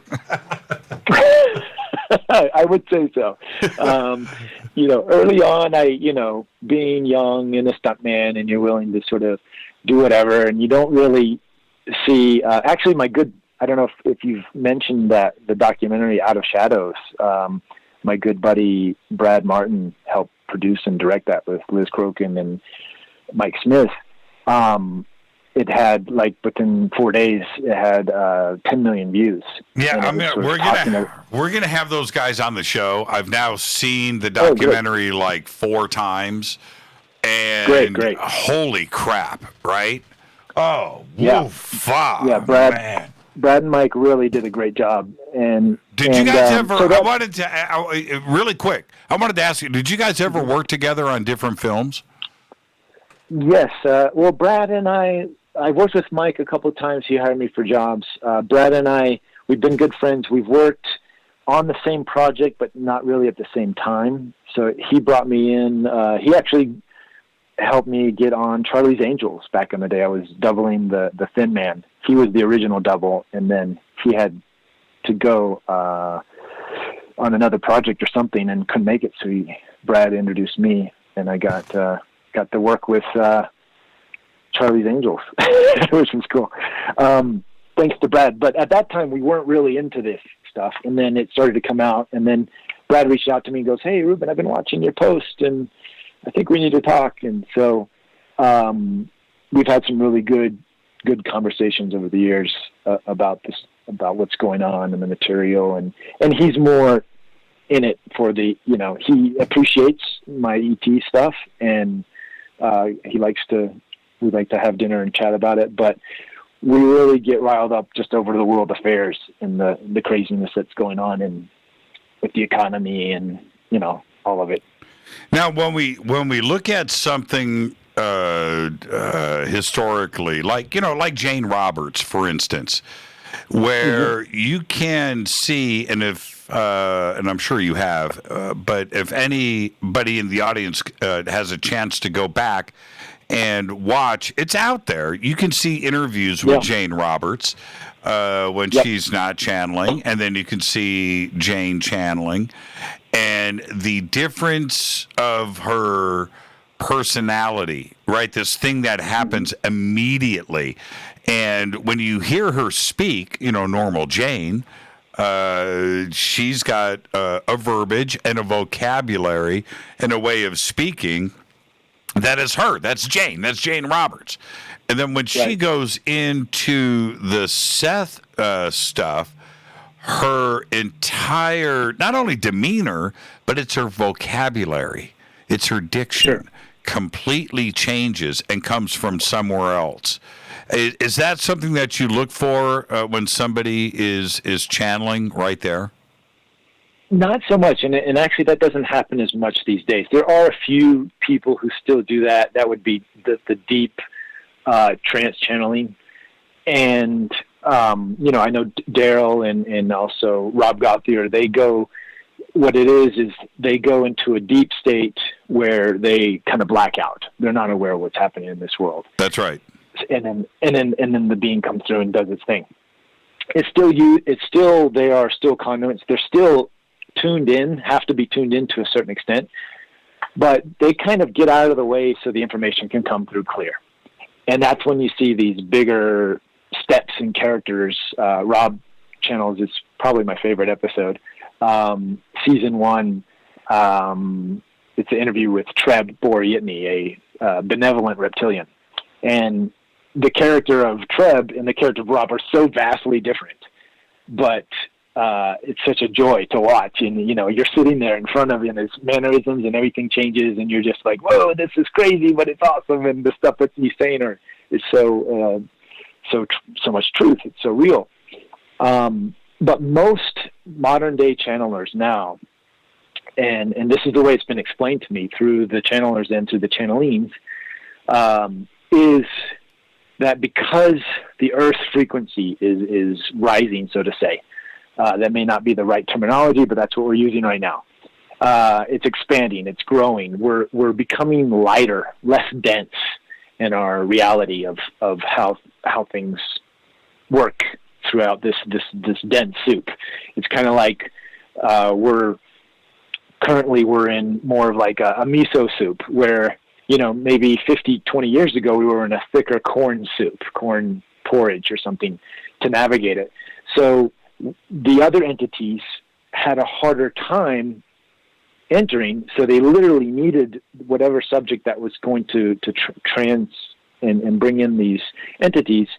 They needed them to get out of the way completely and just, okay, you go to sleep, you're out, and then the entity can come in. Now it's because of the lighter density, these entities can sort of ease their way in, and the other person can still be present and aware, but at the same time kind of just take a back seat. And I felt what that felt like in one of my later episodes in season 1. I had Barbara Lamb hypnotize me in a sense. I asked her, I said, hey, Barbara, I want to channel. Do you think we can make that happen? And she was like, well, I've never done it before, but let's see. So I asked her to hypnotize me so I could channel something, so I could feel what that's like. And sure enough, it took a little while, but we got there. And I describe it, and this is how many others describe it, it's totally like you're in the backseat of a car. It's like when you're having that conversation with that person and you're in the front seat, it's right there. You can hear everything they say, very clear. But in the back seat, your focus is a little faded now because you might be looking out the window in the back. You can hear the conversation that's happening up front, but it's not your conversation. You're just kind of going along for the ride and you're listening. That's what it felt like when I was channeling. It wasn't even a specific entity. I don't know what it was, but some energy was coming through. It was pretty wild. And that's kind of how more of the modern day channelers sort of describe it. It's like they get out of the way. They're still there, so they can snap out at any time. So it's not like any entity is taking over your body, so to say. They're just kind of getting out of the way so the information can come forward and flow clearly.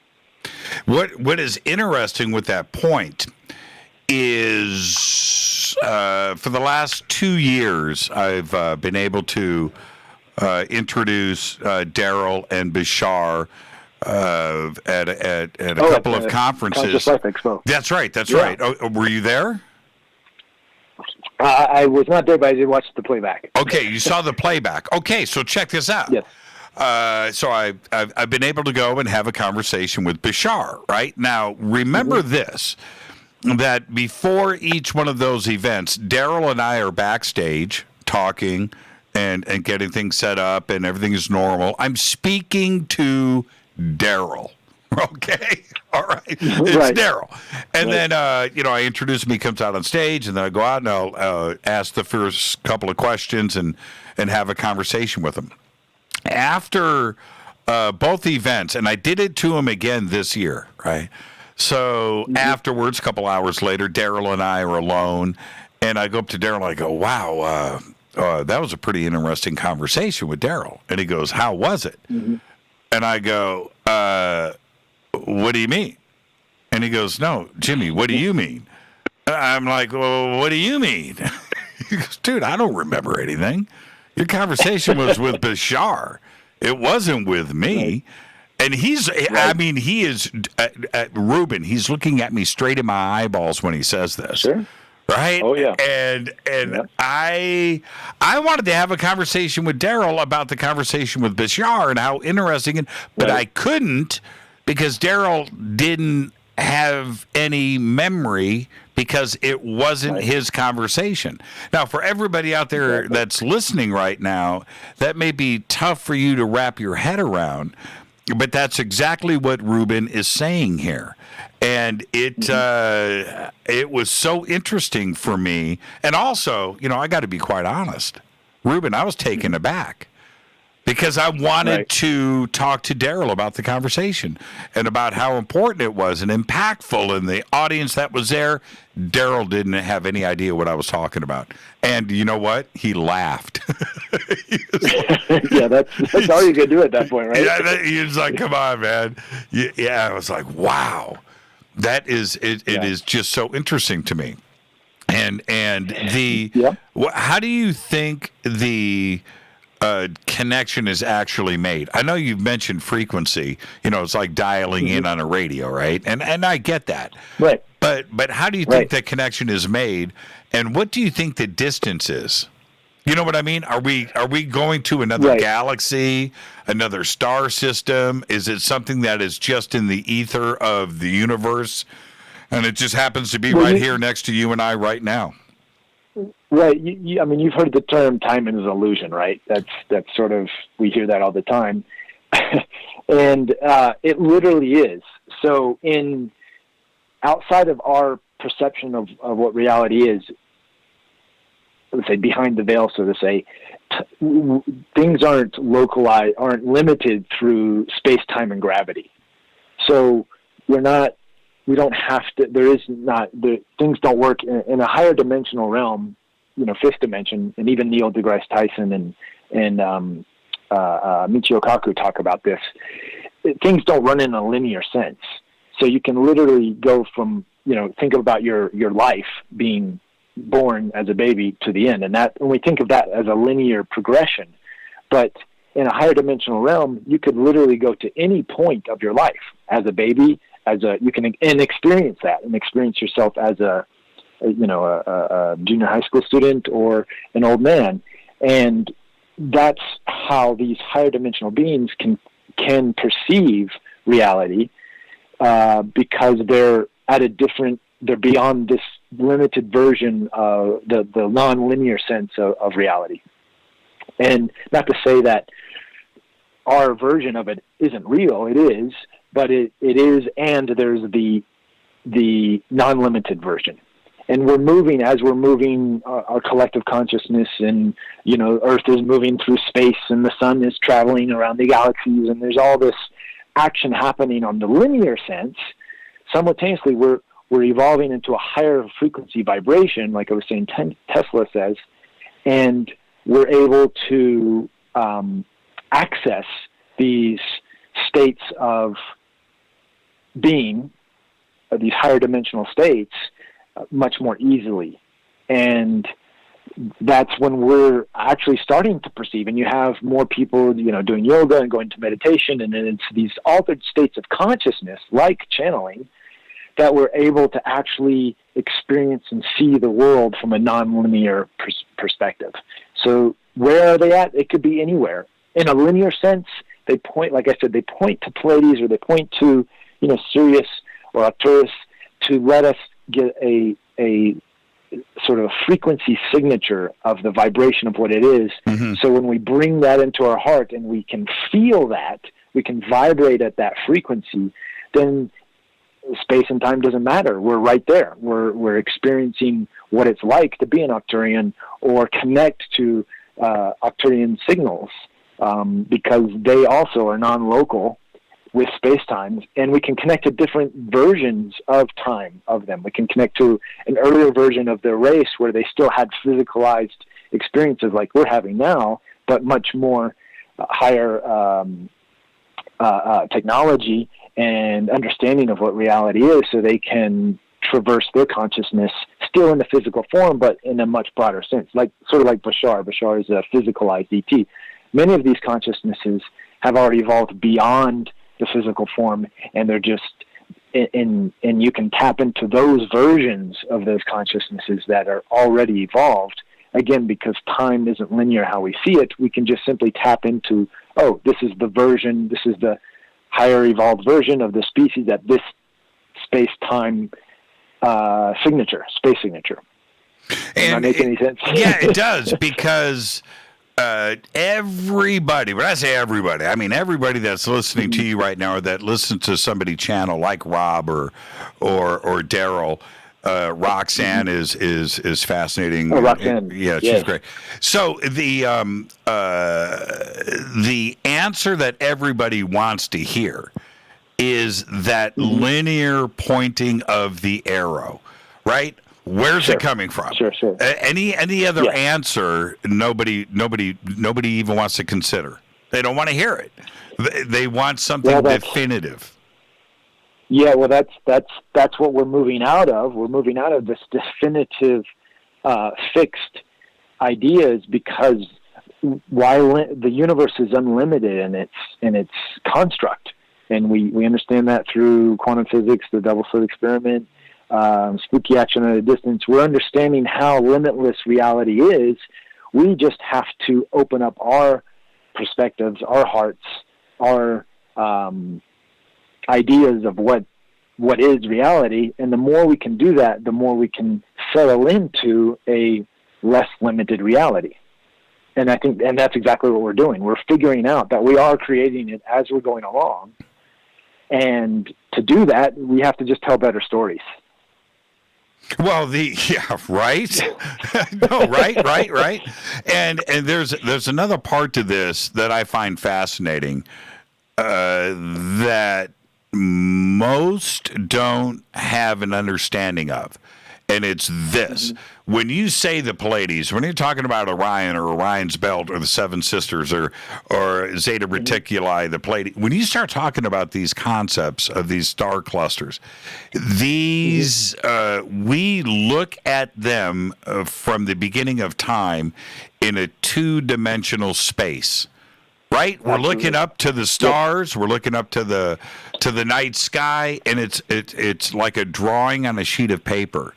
The distance between these stars amongst themselves in a depth and in a 3D and 4D time construct is a ginormous amount of space.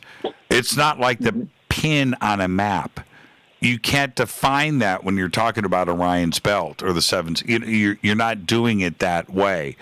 And the Pleiades aren't, like North Hollywood, Sherman Oaks, Burbank, right, and Van Nuys, where they're right next to each other. That's not the case, is it? So you can't do a linear line to that because it is separated by trillions of miles. Right, and if you, one way I look at it is, and this is why I say that the language is really letting us understand it better. So when we understand that the frequencies, and what I'm sort of trying to do a little bit in the show is sort of create a thesaurus of these different ET races, and really what I'm doing is just redefining with new language what has already existed, these archetypal energies that have already existed in our storytelling and history, and different ideas for, in different, from the Bible to the to modern day, comic books. These archetypal energies exist everywhere we look, and we're putting this ET label on it in order to connect to that energy and go even deeper, and maybe even have a physicalized experience with these archetypes, as opposed to just being part of our storytelling. And I think that's what the ET story is ultimately, is really retelling, redefining these archetypes and understanding them and connecting with them in a new and unique way and experience that we haven't been able to do on this planet for thousands of years. And ultimately, what do you think that we should do with this information? Because there is a consistency with what is coming through. And I hear that, right? I hear a very consistent message, and then I hear things that directly conflict with each other. And so how do we dilute and connect the dots and come to one conclusion? Well, the Shar says it best. I think the number one the number one thing to do is to follow your excitement, and for each of us that's going to be unique and different. And to do that to the best of our ability, without any insistence on the outcome, is sort of what he says a lot. So many of the beings have basically, in fact, I think all of them that I've interviewed basically say the same thing, maybe some different language, some different words. He kind of wraps it up in a nice little, easy to quote sentence there. But essentially, follow our passions, follow our joy, and not having judgment on others. And for having a different type of belief system or a different idea of what reality is, or following a different ET. And if we can sort of merge those together, then we naturally will follow the path that we've been designed to follow as a piece of the universe, a piece of God, or a piece of a sentient being, navigating this reality. I think we all have been born with unique pieces of the puzzle to the greater puzzle, and we've sort of told our society has told us, and we've bought into it, that we need to all be doctors and lawyers, and and maybe some other things here or there. But we're finding out really quickly that's not working very well. But the world can only take so many doctors and lawyers. Then by following our passions, by following that unique piece of the puzzle that we are, it's going to fit much, much better. And then we can support each other in doing that, even though it's different, and it's okay to be different. And I think that's where the whole diversity thing is coming from, is that we can really embrace that. And that's where the true evolution, that's where we're all going to become sort of interconnected, telepathic, and then we'll shoot to the stars and beyond. Let's take our break right here, Reuben. Great conversation. This is Fade to Black. I am your host, Jimmy Church, and we'll be right back. More with Reuben Langdon, interviews with Ed. After this short break, I'm your host, Jimmy Church, on the Game Changer Network and KGRA, The Planet. Stay with us.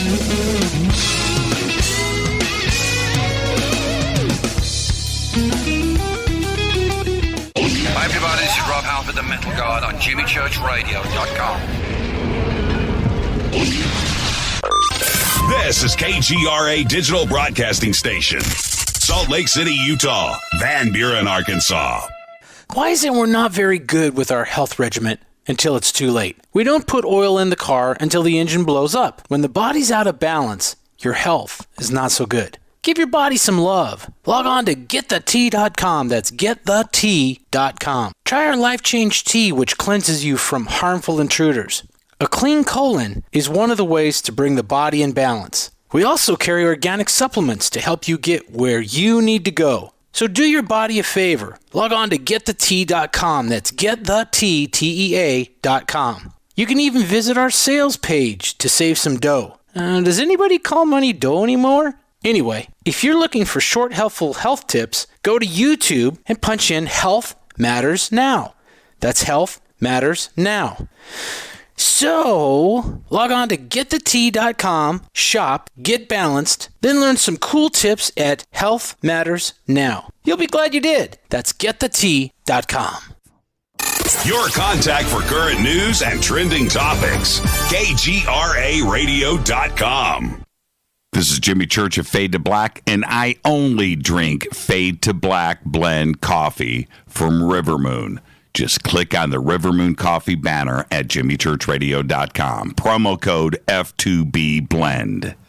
So are you tired of being tired? Well, then it's time to get the tea. Hey, it's Lisa here to tell you about this all-natural, all-organic tea I've been drinking that has had great results for over 20 years. It's called Life Change Tea, and it's specially formulated to help detoxify and cleanse your kidneys, liver, colon, and blood all at once. The colon is one of the most ignored organs in the human body. The faster that waste is eliminated from the body, the less time that waste sits in our intestines, spreading toxins to our bloodstream. This tea helps cleanse chemicals caused by outside intruders from our entire digestive system. And get this, weight loss can be a side effect. And with continued use of the tea, you can experience clearer, healthier, younger looking skin, increased energy, and a happier outlook on life. So if you're tired of being tired, get the Life Change Tea at getthetea.com. That's getthetea.com. And like me, you'll be glad you did. Did you know that when you're on the road with limited data or Wi-Fi available, you can still listen to every minute of Fade to Black by just calling 605-562-4482. No smartphone, app, or internet needed. It saves your data plan and no extra cost if you have unlimited minutes. Just call 605-562-4482. You can listen to me, Jimmy Church, on any phone, anytime, anywhere. Go Beckley Tappy.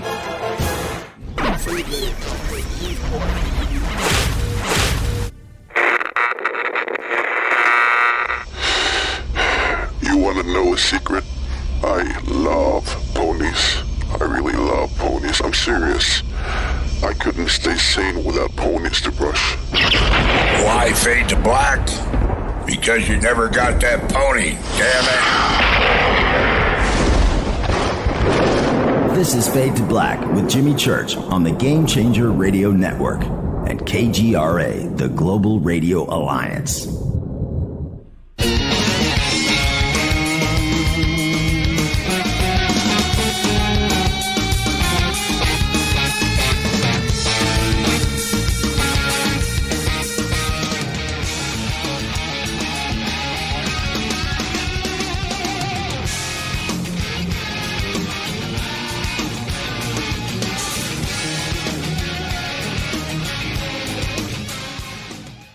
All right, I'm back.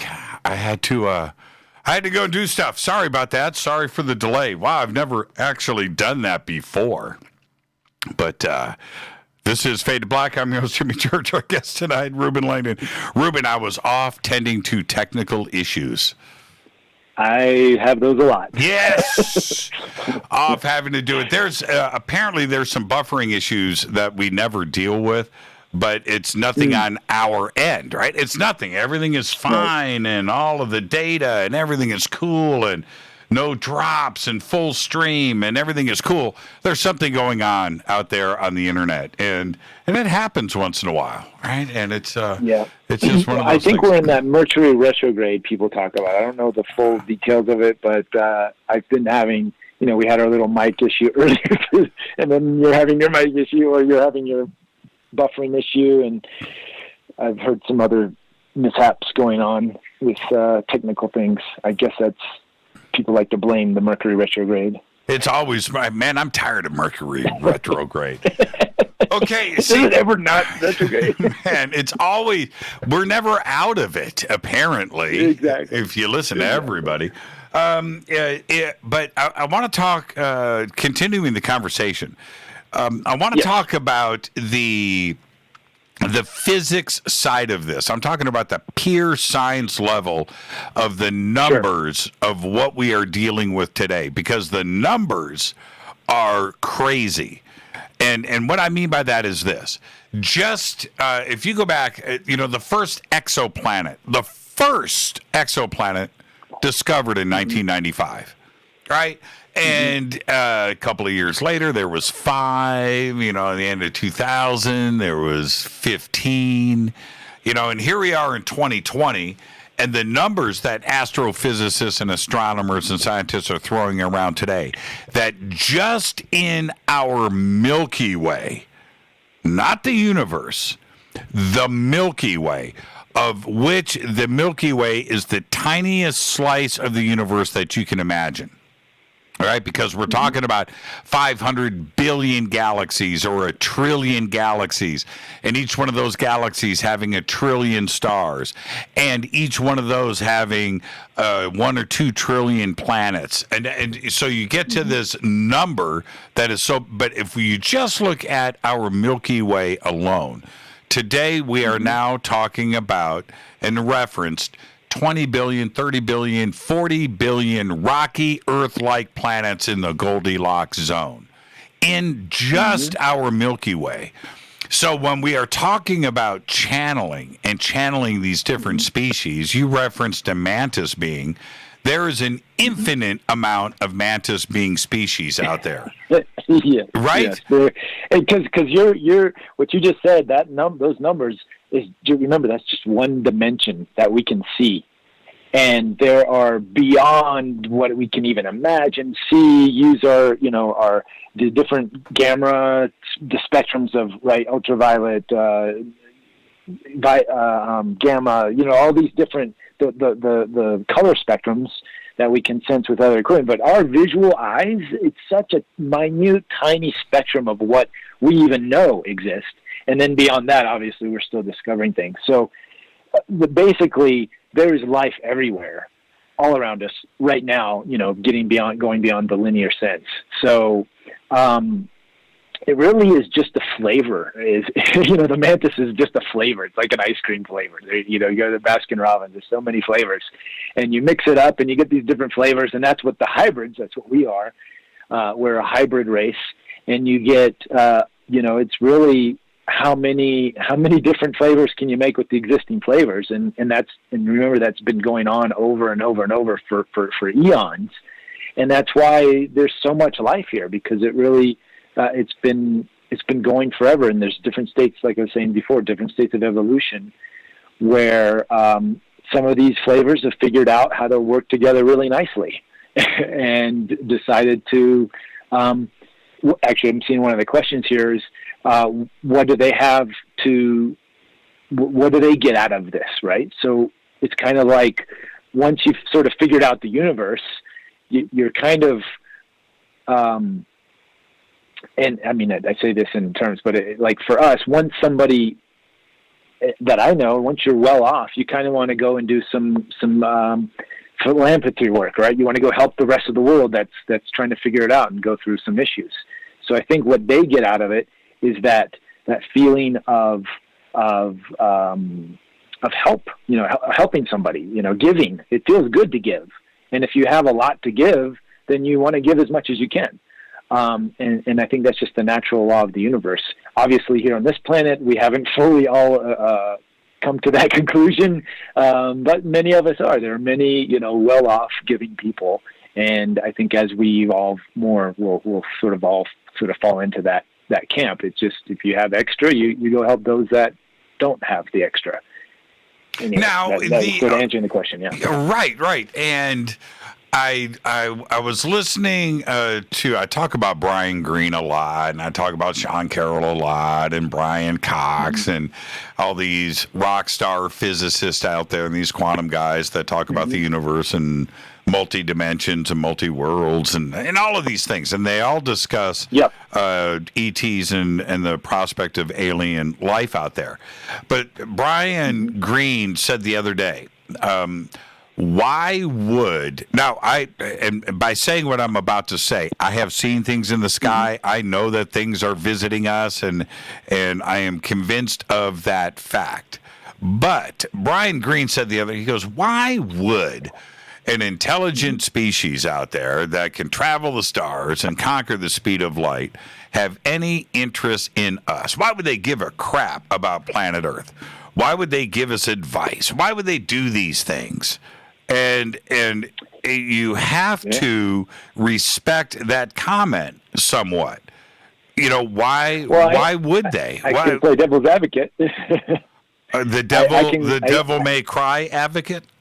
the devil may cry advocate would be, if you had the ability to travel through space and time and to go visit past versions of yourself, would you not go back and visit those versions and give them nuggets to make better choices in their lives?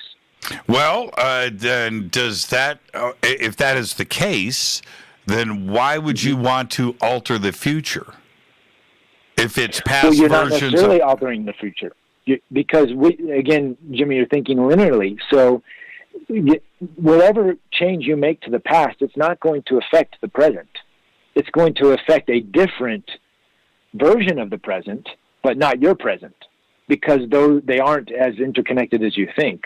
If you go back in time and visit your 10-year-old version of you, yep, you're creating a new timeline of yourself. So that is on its own independent line of evolution, where the 10-year-old version of you met the future version of you and started a new path. But doesn't that the eliminate? Version of you now, but that eliminates free will. Are you suggesting that? No. Well, hold on. This is great. I love the conversation. So let's just stay right here. It's just you and I on my back patio right now, Reuben. Okay, all right. I love it. And and the back patio is a special place, and you know that. So, which is this. Are you suggesting that the future versions of us that would be here to help us also went through the advice of the future versions of themselves? Or wouldn't they want us to have the free will of non-interference, right? The prime directive, where we need to go exactly through these. What's happening. Right. Well, we can't have it both ways. That's why they're not landing on the White House lawn. That's why we are having this non-interference, and that's why we, as the individual version of us, have to, in some cases, happens a lot. People get down on their hands and knees and pray for a sign. Bam, the light opens in the sky, and there's the future version of you saying, "You called." But until we ask for it, we have to invite it, and that's our free will. We have to invite it in. Now, some of these beings are very manipulative and are able to make us invite them in without proper, with going through due process in a sense. And that's some of the more manipulative, negative beings that, I'm sure you've covered on your show. Right. But I think in a sense, we are going through this non-interference, prime directive type experience right now. And I have to initiate contact. And we're doing that, with the C5 experiences on the physical level, but individually, every time I go into meditation, every time I go into the dream state, when I set the intention, many of us don't know the power of intention, so we forget to do it. And then that's when we get the boogeyman in the closet. But if we set the intention and basically tune our channel like a channeler to go into a specific frequency of what is the best, sort of, I put it in these terms, what is this is without the insistence on the outcome, because if you want to say, I need to connect with ET and it has to be this version and blah, blah, blah, blah. So, but you simply you get rid of all that, and you just simply go with, okay, I want to connect with the highest version of myself or other versions of myself, other ETs or whatever it is, that can aid in the best for my evolutionary process, which the little me, Reuben, may not necessarily know, but the big me, the bigger, higher version, the big soul version of me, Reuben, absolutely knows, what it wants and knows how to navigate this universal Earth experience much better than I do. And that's when I ask for that guidance, and I ask for the signs, I ask for the synchronicities, and then it delivers. And I have to say, since I've been on this path asking these questions since 2013 is when I started these interviews, integrating a lot of the teachings that I've learned through these, it's real, man. When you ask and when you surrender, ask. It's good to have desires, and you hear the gurus, don't have desires, don't do, don't lust for anything, no. Have desires, it's fine, but don't have the expectations or the insistence that it has to happen or unfold a certain way. Desires are actually, that's what gets it. That's following our excitement. We need the desires. That's our compass to get us on the direction where we need to go.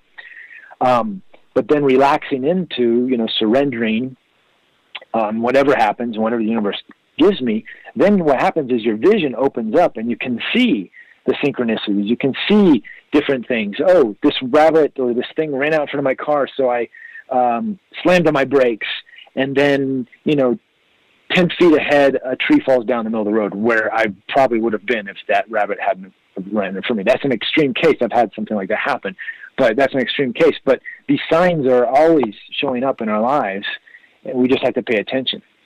What is and that's the subtlety? Yeah, it is. It is. And what is so interesting about that, what interests me, is that the concept of time, just the general concept, everybody out there seems to think that they know what time is or what time isn't.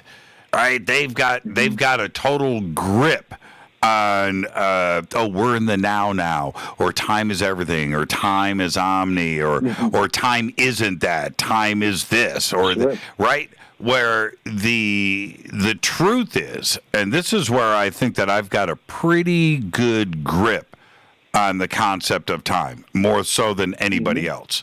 Okay. And that includes the physicists of the world, right? And the gurus of the world and everything else.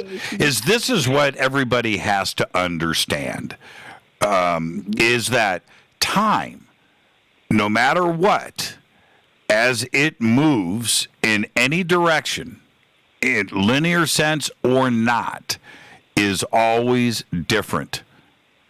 As it moves in any direction, backwards, forward, sideways, up and down, as you move through space-time, you are moving through ripples of gravity. You're moving through large masses of stars and star systems, right? And at that point, time is altered. As you move out beyond that, through the masses and past the masses of galaxies, time is altered, right? So you have the macro and the micro versions of the altering of space-time and time. There are no consistencies of it, and anybody that wants the only constant is change. That's it. Anybody that wants to tell me, hey, but dude, you don't get it.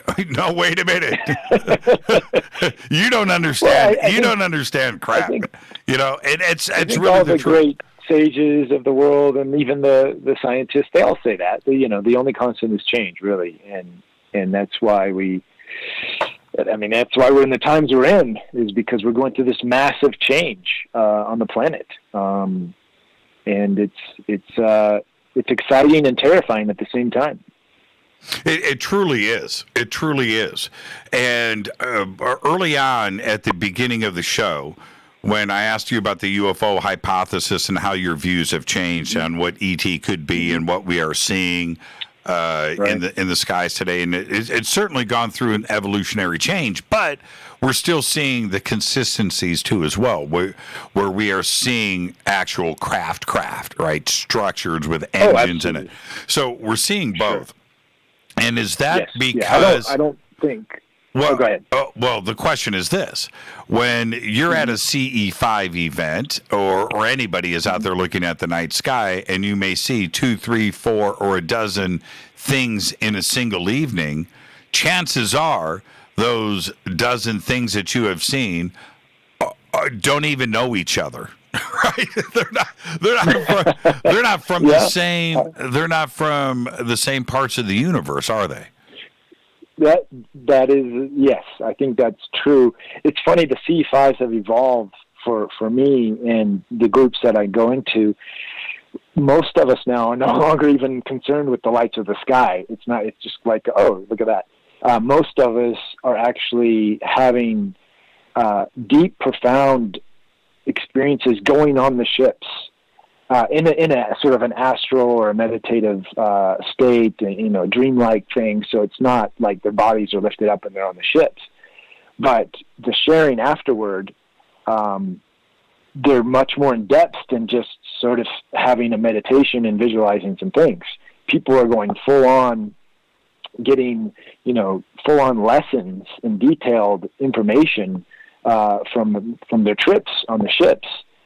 And then we get a little physical light in the sky as a little confirmation. And then others see it, and we can sort of describe what we saw or whatever. And, oh, yeah, that was that. And then you have that one or two people that were like, oh, I was on the ship, and I went in this room. And the other person said, well, I saw the same room. And they start describing the details of the room, and they're matching up. So the C5 experiences evolved. Just that alone, I think, is getting us closer to this actual physical contact. Again, some people are having the physical contact, but I don't think collectively we can all have the physical contact until collectively we, the majority of us actually believe it. I subscribe to, the Bashar and many others talk about believing is seeing, not seeing is believing. You have to have a framework for the whatever to exist first in your consciousness and in your beingness for it to actually show up. And it has to be that way. And I'll tell you why. Mm-hmm. It has to be.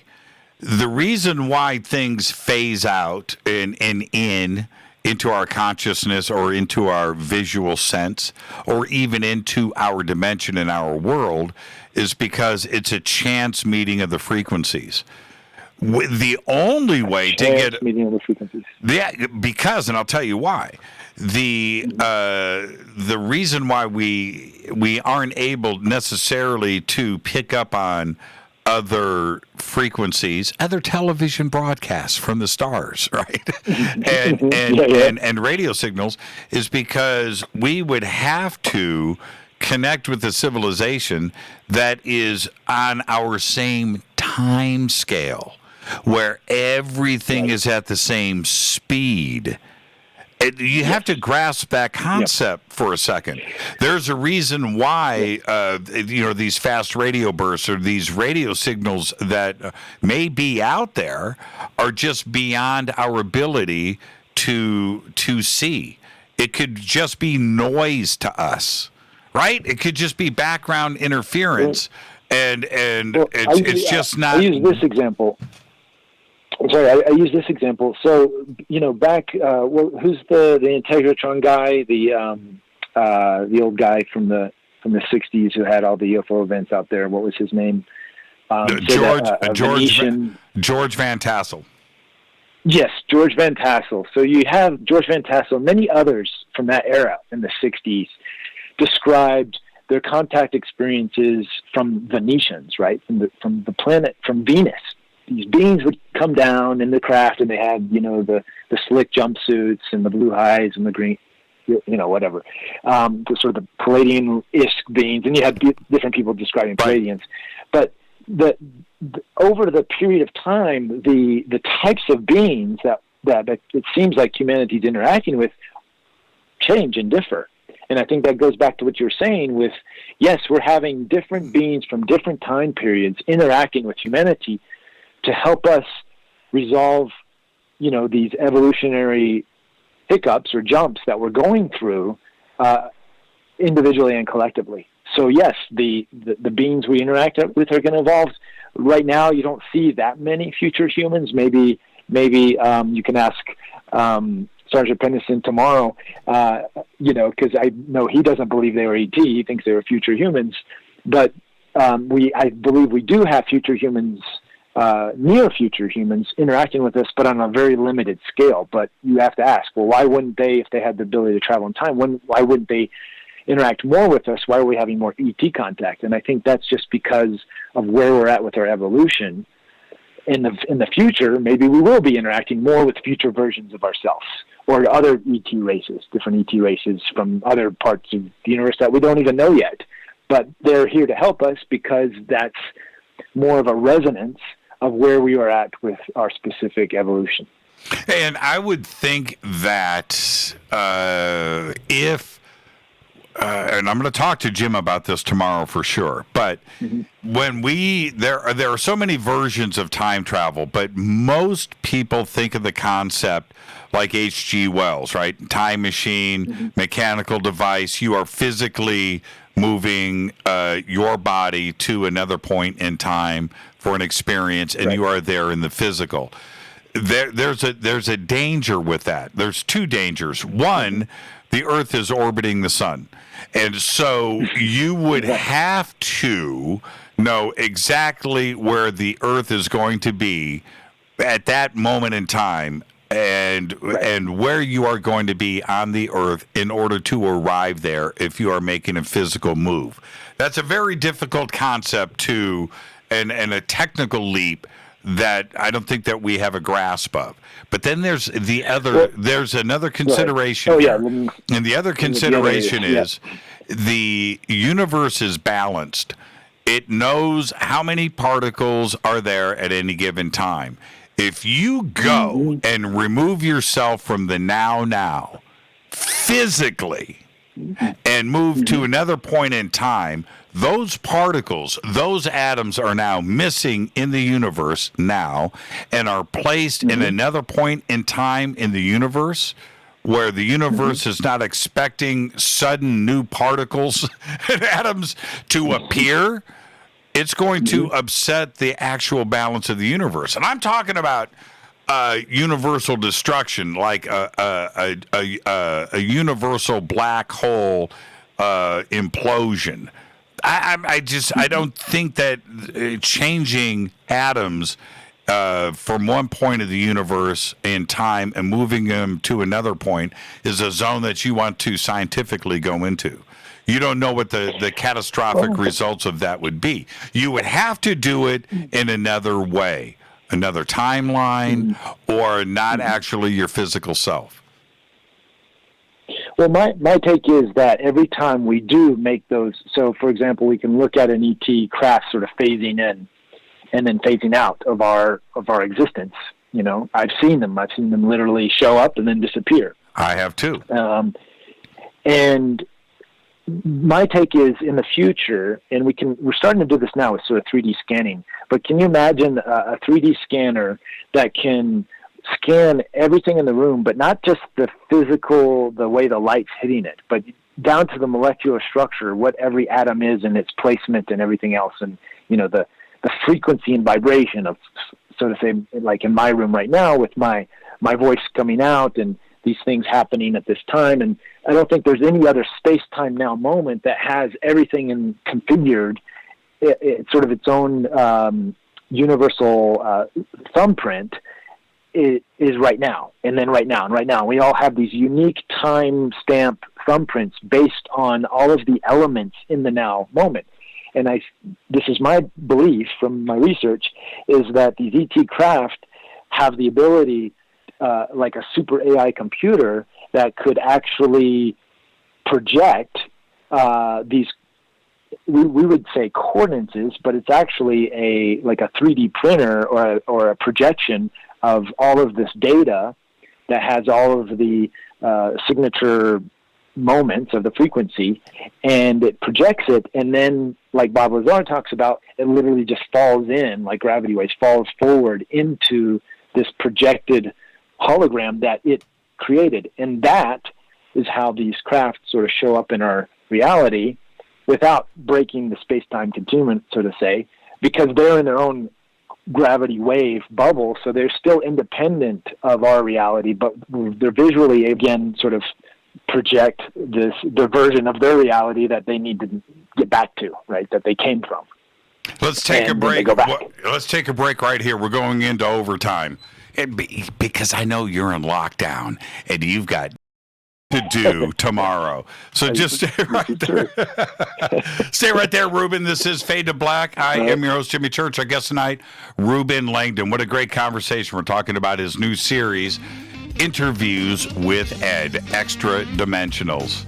We'll pick up where we're leaving off right now when we come back after this short break on the Game Changer Network and KGRA, The Planet. Stay with us.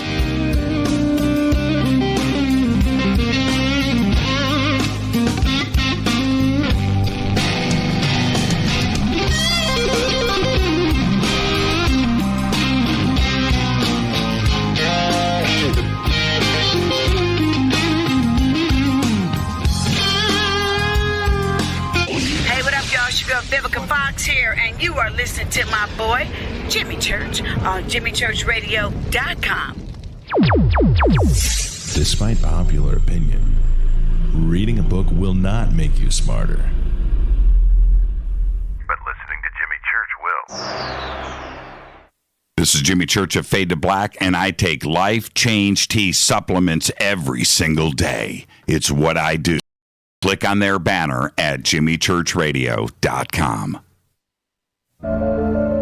When you take the beans from Central America with dashes of Indonesian and African mixed in and then roast it to the dark side of Fade to Black, you create the ultimate brew of fringe. Introducing the Fade to Black blend from Rivermoon Coffee. Yes, Rivermoon's darkest customized roast was created for the love of Fade to Black. The alchemy of masterful roasting and smoking the beans is in every sip of this full-bodied, dark Java. I need my coffee dark, deep, with distinct bittersweet chocolate highlights, just like the bunker. Leaning further into the darkness of the roast is Fade to Black blend from Rivermoon Coffee. Just click on the banner at jimmychurchradio.com and use the promo code F2BBLEND for 15% off of your order today. Go Beckley Teppy. Hello, my name is Billy Carson, and I am a best-selling author and the founder of ForbiddenKnowledge.tv. Together with my team, we have built an all-new conscious streaming TV platform designed with every family member in mind. If you have ever wanted to travel the world and attend lectures and workshops from your favorite speakers but weren't able to, look no further.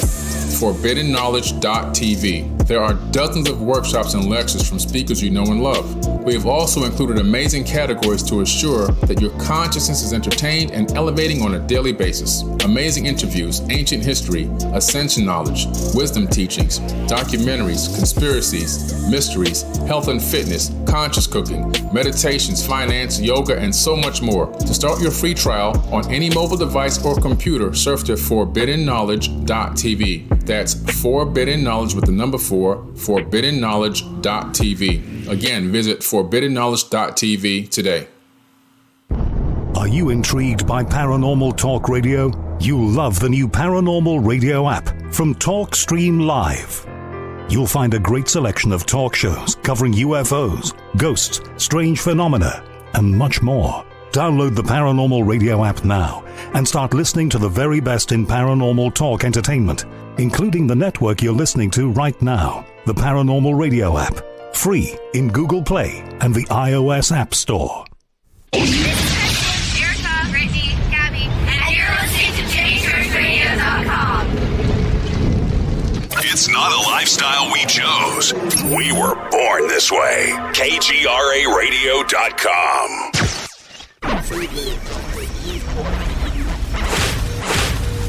This is KJCR at JimmyChurchRadio.com.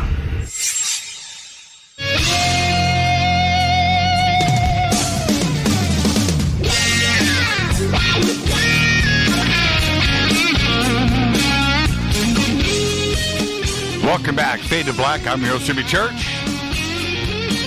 Our conversation tonight is with Reuben Langdon. I almost channeled Rob Reuben. I almost went there. Wouldn't that been that Fade to Black coffee? Wouldn't that have been funny if I just popped out with Rob G? So this is the thing. Are you a Frank Zappa fan? I can't say I'm a huge fan. I appreciate the music, but I'm very very electronica in my electronic music. I heard all the things Frank Zappa talk earlier. I appreciate it. I know he was made some amazing contributions to the music scene. You need Obviously, to. You know what I would do. You know what I would do if I was you. Take out a pen. I want you to write down three things. I want you to write down Joe's Garage, Acts 1 and 2. Joe's Garage. Acts 1 and 2. That's the first album. Then I want you to write down One Size Fits All. Okay? Okay. Now, those two albums, I want you to, and one more. Sheik. All right. Sheik as in Arab. Sheik. Okay. Your booty. YOURBOUTI, I think is what it is. Sheik your booty. It's one word. Okay, those 3 albums. Sweet. I want you to listen to those albums as you edit tomorrow. Okay? All right. You're in the middle of an edit session, right? You're in the middle of an edit session. Yep. So I want you to listen to those 3 albums and then get back to me. Okay? All right, you got it. Now, I'm talking about a paradigm shift in your existence is going to occur. Okay. All right. So I'm open to it. I know you are. Now let's get back to the conversation. You brought up Jim Peniston, which I was going to do about a half hour ago, and then you brought him up at the end of the show, and I thought that was pretty interesting that the universe reached out to us like that. Jim Peniston, with all of the conversation about Rendlesham and Bentwaters and Woodbridge, about the ET aspect of this, and I'm still on that side of the fence, by the way. But Jim, against all odds and all of the pressure and interference from everybody there, not only the other witnesses that were there, but the other researchers that have been looking into this case from the beginning, Jim has gone against the grain and said, hey, we need to pump the brakes here. I touched the craft. I got a download. It's not ET. That they told me that they were us from the future. And that went against the grain, didn't it? But he has stuck to it over the years, and this is going to be the central part of our conversation tomorrow night. But how interesting is that for Jim to stick to what he believes the experience was for him, right? Well, he should know more than anybody. I mean, he's the one who got the downloads, right? He touched the craft. I know Burroughs was also, affected. Many people were affected by it, but he seemed to had gotten the closest. I believe him. And before, when I was producing the citizen hearing, I thought for sure too, it's just ETs. He doesn't know what he's talking about.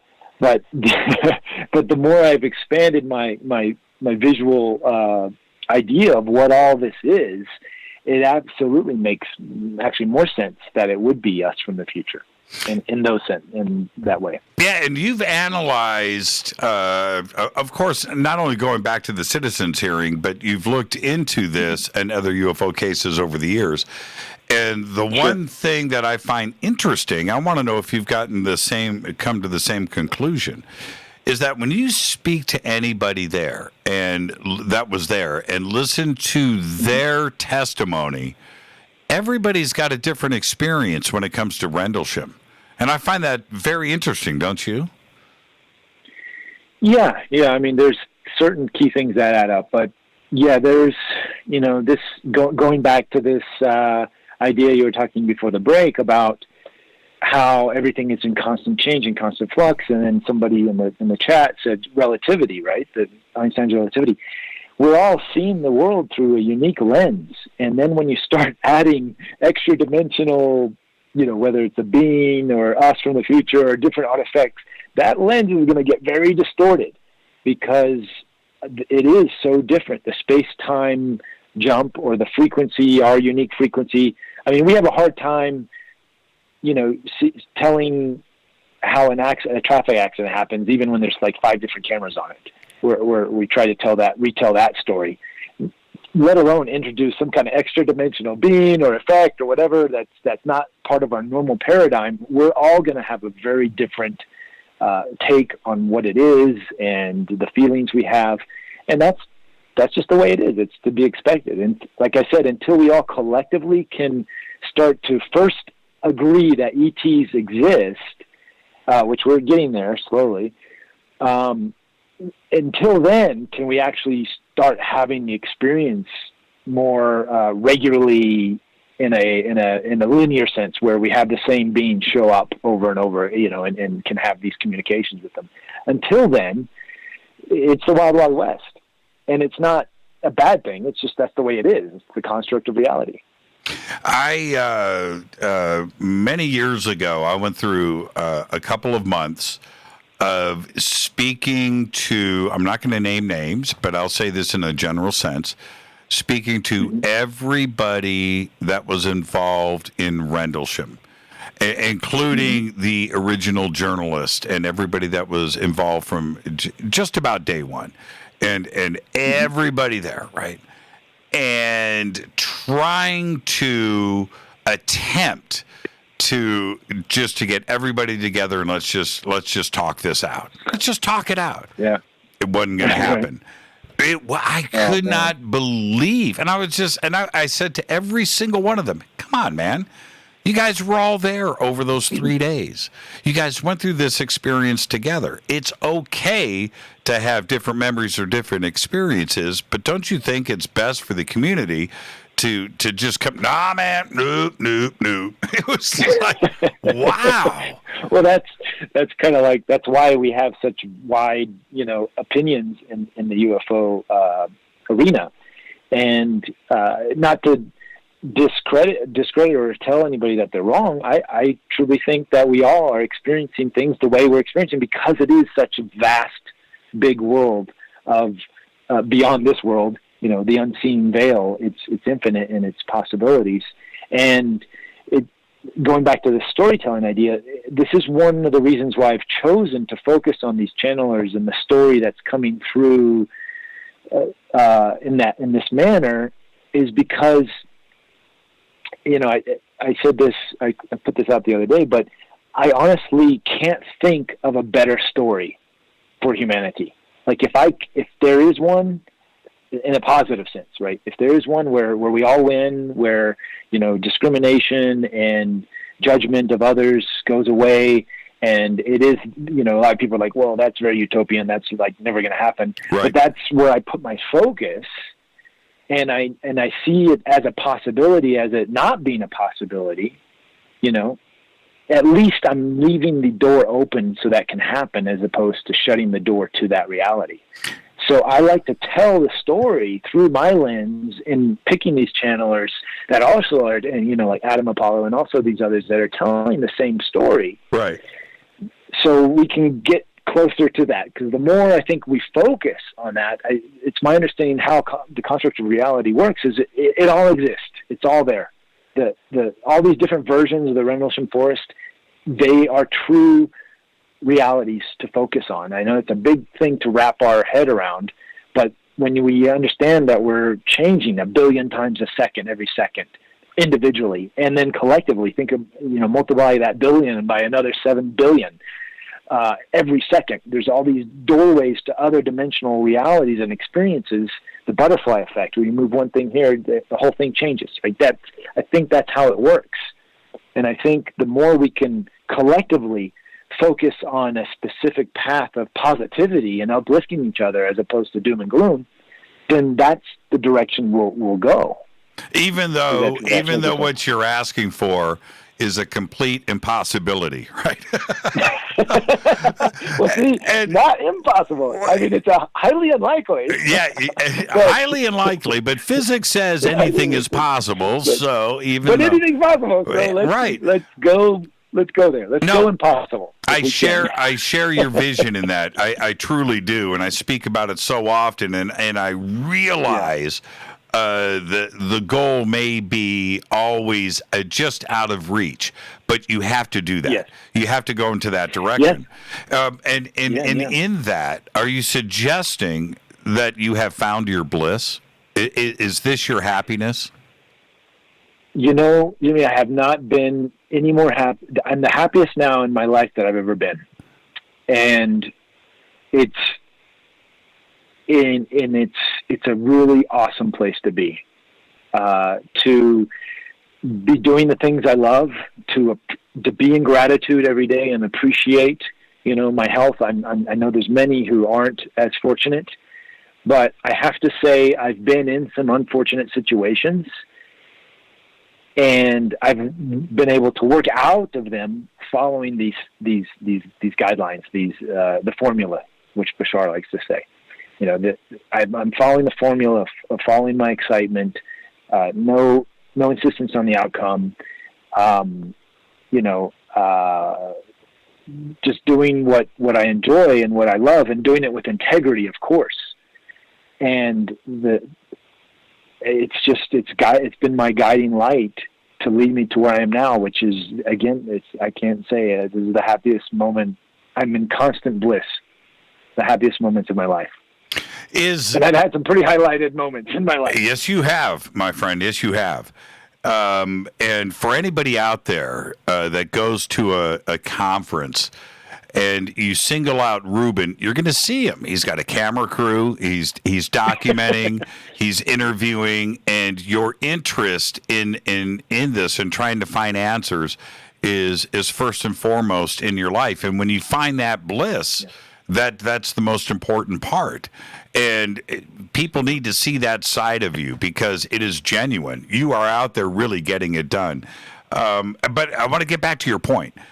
Is this community, is ufology the community, is it like the barbershop, right? This is the place where we are supposed to be able to share our experiences, no matter how out there they may be for somebody else to listen to. This is the place where we can come and share and without fear. I think it's not quite that. I think it could be, and it should be, because somebody's going to resonate. There's something for everybody out there. And just because what I'm saying may not resonate with the other people, and what other people are saying may not resonate with everyone, that's okay. What a boring world we'd have if we all, spoke the same language, ate the same foods, spilled the same story about ufology. Like, that would be boring. It's exciting because it is the barbershop in a sense. And if we can allow it, the more we can allow it to be the barbershop, and not jump on everybody's case when they have a different idea, I think the more exciting it'll be, and the more fun we'll have. I agree with that. I totally agree. And then we have the other side of the fence, which is like the series Interviews with Ed. Because, well, hold on, hear me out. Hear me out for a second. I am. Because for those out there that may have heard of channeling, most people have never heard of Jane Roberts. Certainly outside of ufology, nobody's heard of, outside of the awakening community, nobody's heard of Jane Roberts. Mm-hmm. Nobody knows what a channeler is. We're talking about circus acts. That's the way that they would look at something like this. But for those that would see, or that haven't seen Interviews with Ed, but they go and watch it, now you're going to have to present your case as to why they need to consider this as part of our reality. How do you do that? Right? We're not in the barbershop now. We are going way out there. Interviews with Ed isn't for everybody. This isn't a Project Blue Book on History Channel, right? This is a whole nother concept. It's soon becoming, though. It's soon becoming. It was actually, I don't know about season 2 right now, but season 1 last year when it came out was the number 1 watched Gaia show at the time. So there's a lot of people that are resonating with this story. But how do you speak to somebody with a very limited reality, right? That you are going to present this series to them, and this is why they need to pay attention to it, and again to accept it as part of their reality on this planet. How do you do that? Well, I'd say first, go listen to Jimmy Church and go listen to all the wonderful guests he has, and then if you're still curious after listening to my spiel and everything, then go there. But it is, you're right, it's not for everyone. It is sort of a quantum leap in your typical belief structure. So I don't really want to put it on anybody who's not ready for it, because what resists persists kind of thing. You don't want to put it on anybody who's not ready to listen to it, because they'll only find fault with it or try to pick it apart. And I honestly say there's very limited science out there. And Daryl's documentary, I think he talked about on your show, he did an EEG meter, and I show that in my series as well, where he's doing the brain waves. Yep. He's the only guy that's done that. I plan to do that with some of the other channelers in the future, but really that's the only real science we have on this. Other than that, it's, looking at ancient traditions from shamanism to other, channeling is not a new thing. We've had channelers throughout the history of time. And automatic writing, conversations with God, Neil Donald Walsh, it's a big part of our collective consciousness, and we are paying attention. You have many very famous channelers out there, and people, the YouTube videos, you can just look at them. But to take it seriously, it's really about what's being said. Does it resonate? Does it serve you? Does it serve your belief system? This is another tool that I've learned from the Bashar material is if it's not serving you, then get rid of it. So if the messages and if the idea of channeling is not your thing, you know what? It doesn't. You're fighting the wrong fight, and I don't need to be fighting that fight either. It's like go get some other material. Go seek. Watch the other shows of the other guests that you have on. Listen to Jim's story. For me, I fell into this. I worked my way up to it because I had sought out all the other information from all the researchers, and I got to a point where I couldn't go any further because there was the puzzle pieces. I had all the puzzle pieces I could, but there was still a lot of holes, and I didn't have the complete picture. Mm-hmm. And when at one of those ET Media meetup groups, one of the ones that you came to, Wendy Kennedy, a channeler, she lives in Santa Monica, she was there, and afterwards we were chatting, and she's, I was talking about the abduction scenario and what's going on there, and she said, it's a soul contract. And that was like a magic light bulb, because I had talked to probably by that time 100 or so abductees, and hearing all their experiences and the trauma, and some of them good, some of them bad, and different things. But when I heard from Wendy Kennedy, it's a soul contract, I was like, that's the missing piece. That's what I need to follow.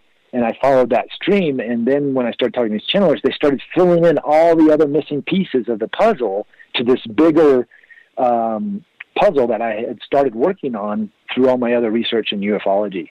And to date, it still feels like this is the most complete puzzle that I can, or the complete amount of puzzle pieces that I can assemble with what we have available to us through our modern technology and meeting people and discussions and all this stuff. I'm not saying it's the only puzzle, the most complete that there is. It's just in my reality and in my research, this is what I've come to, and this is what I'm sharing with the world.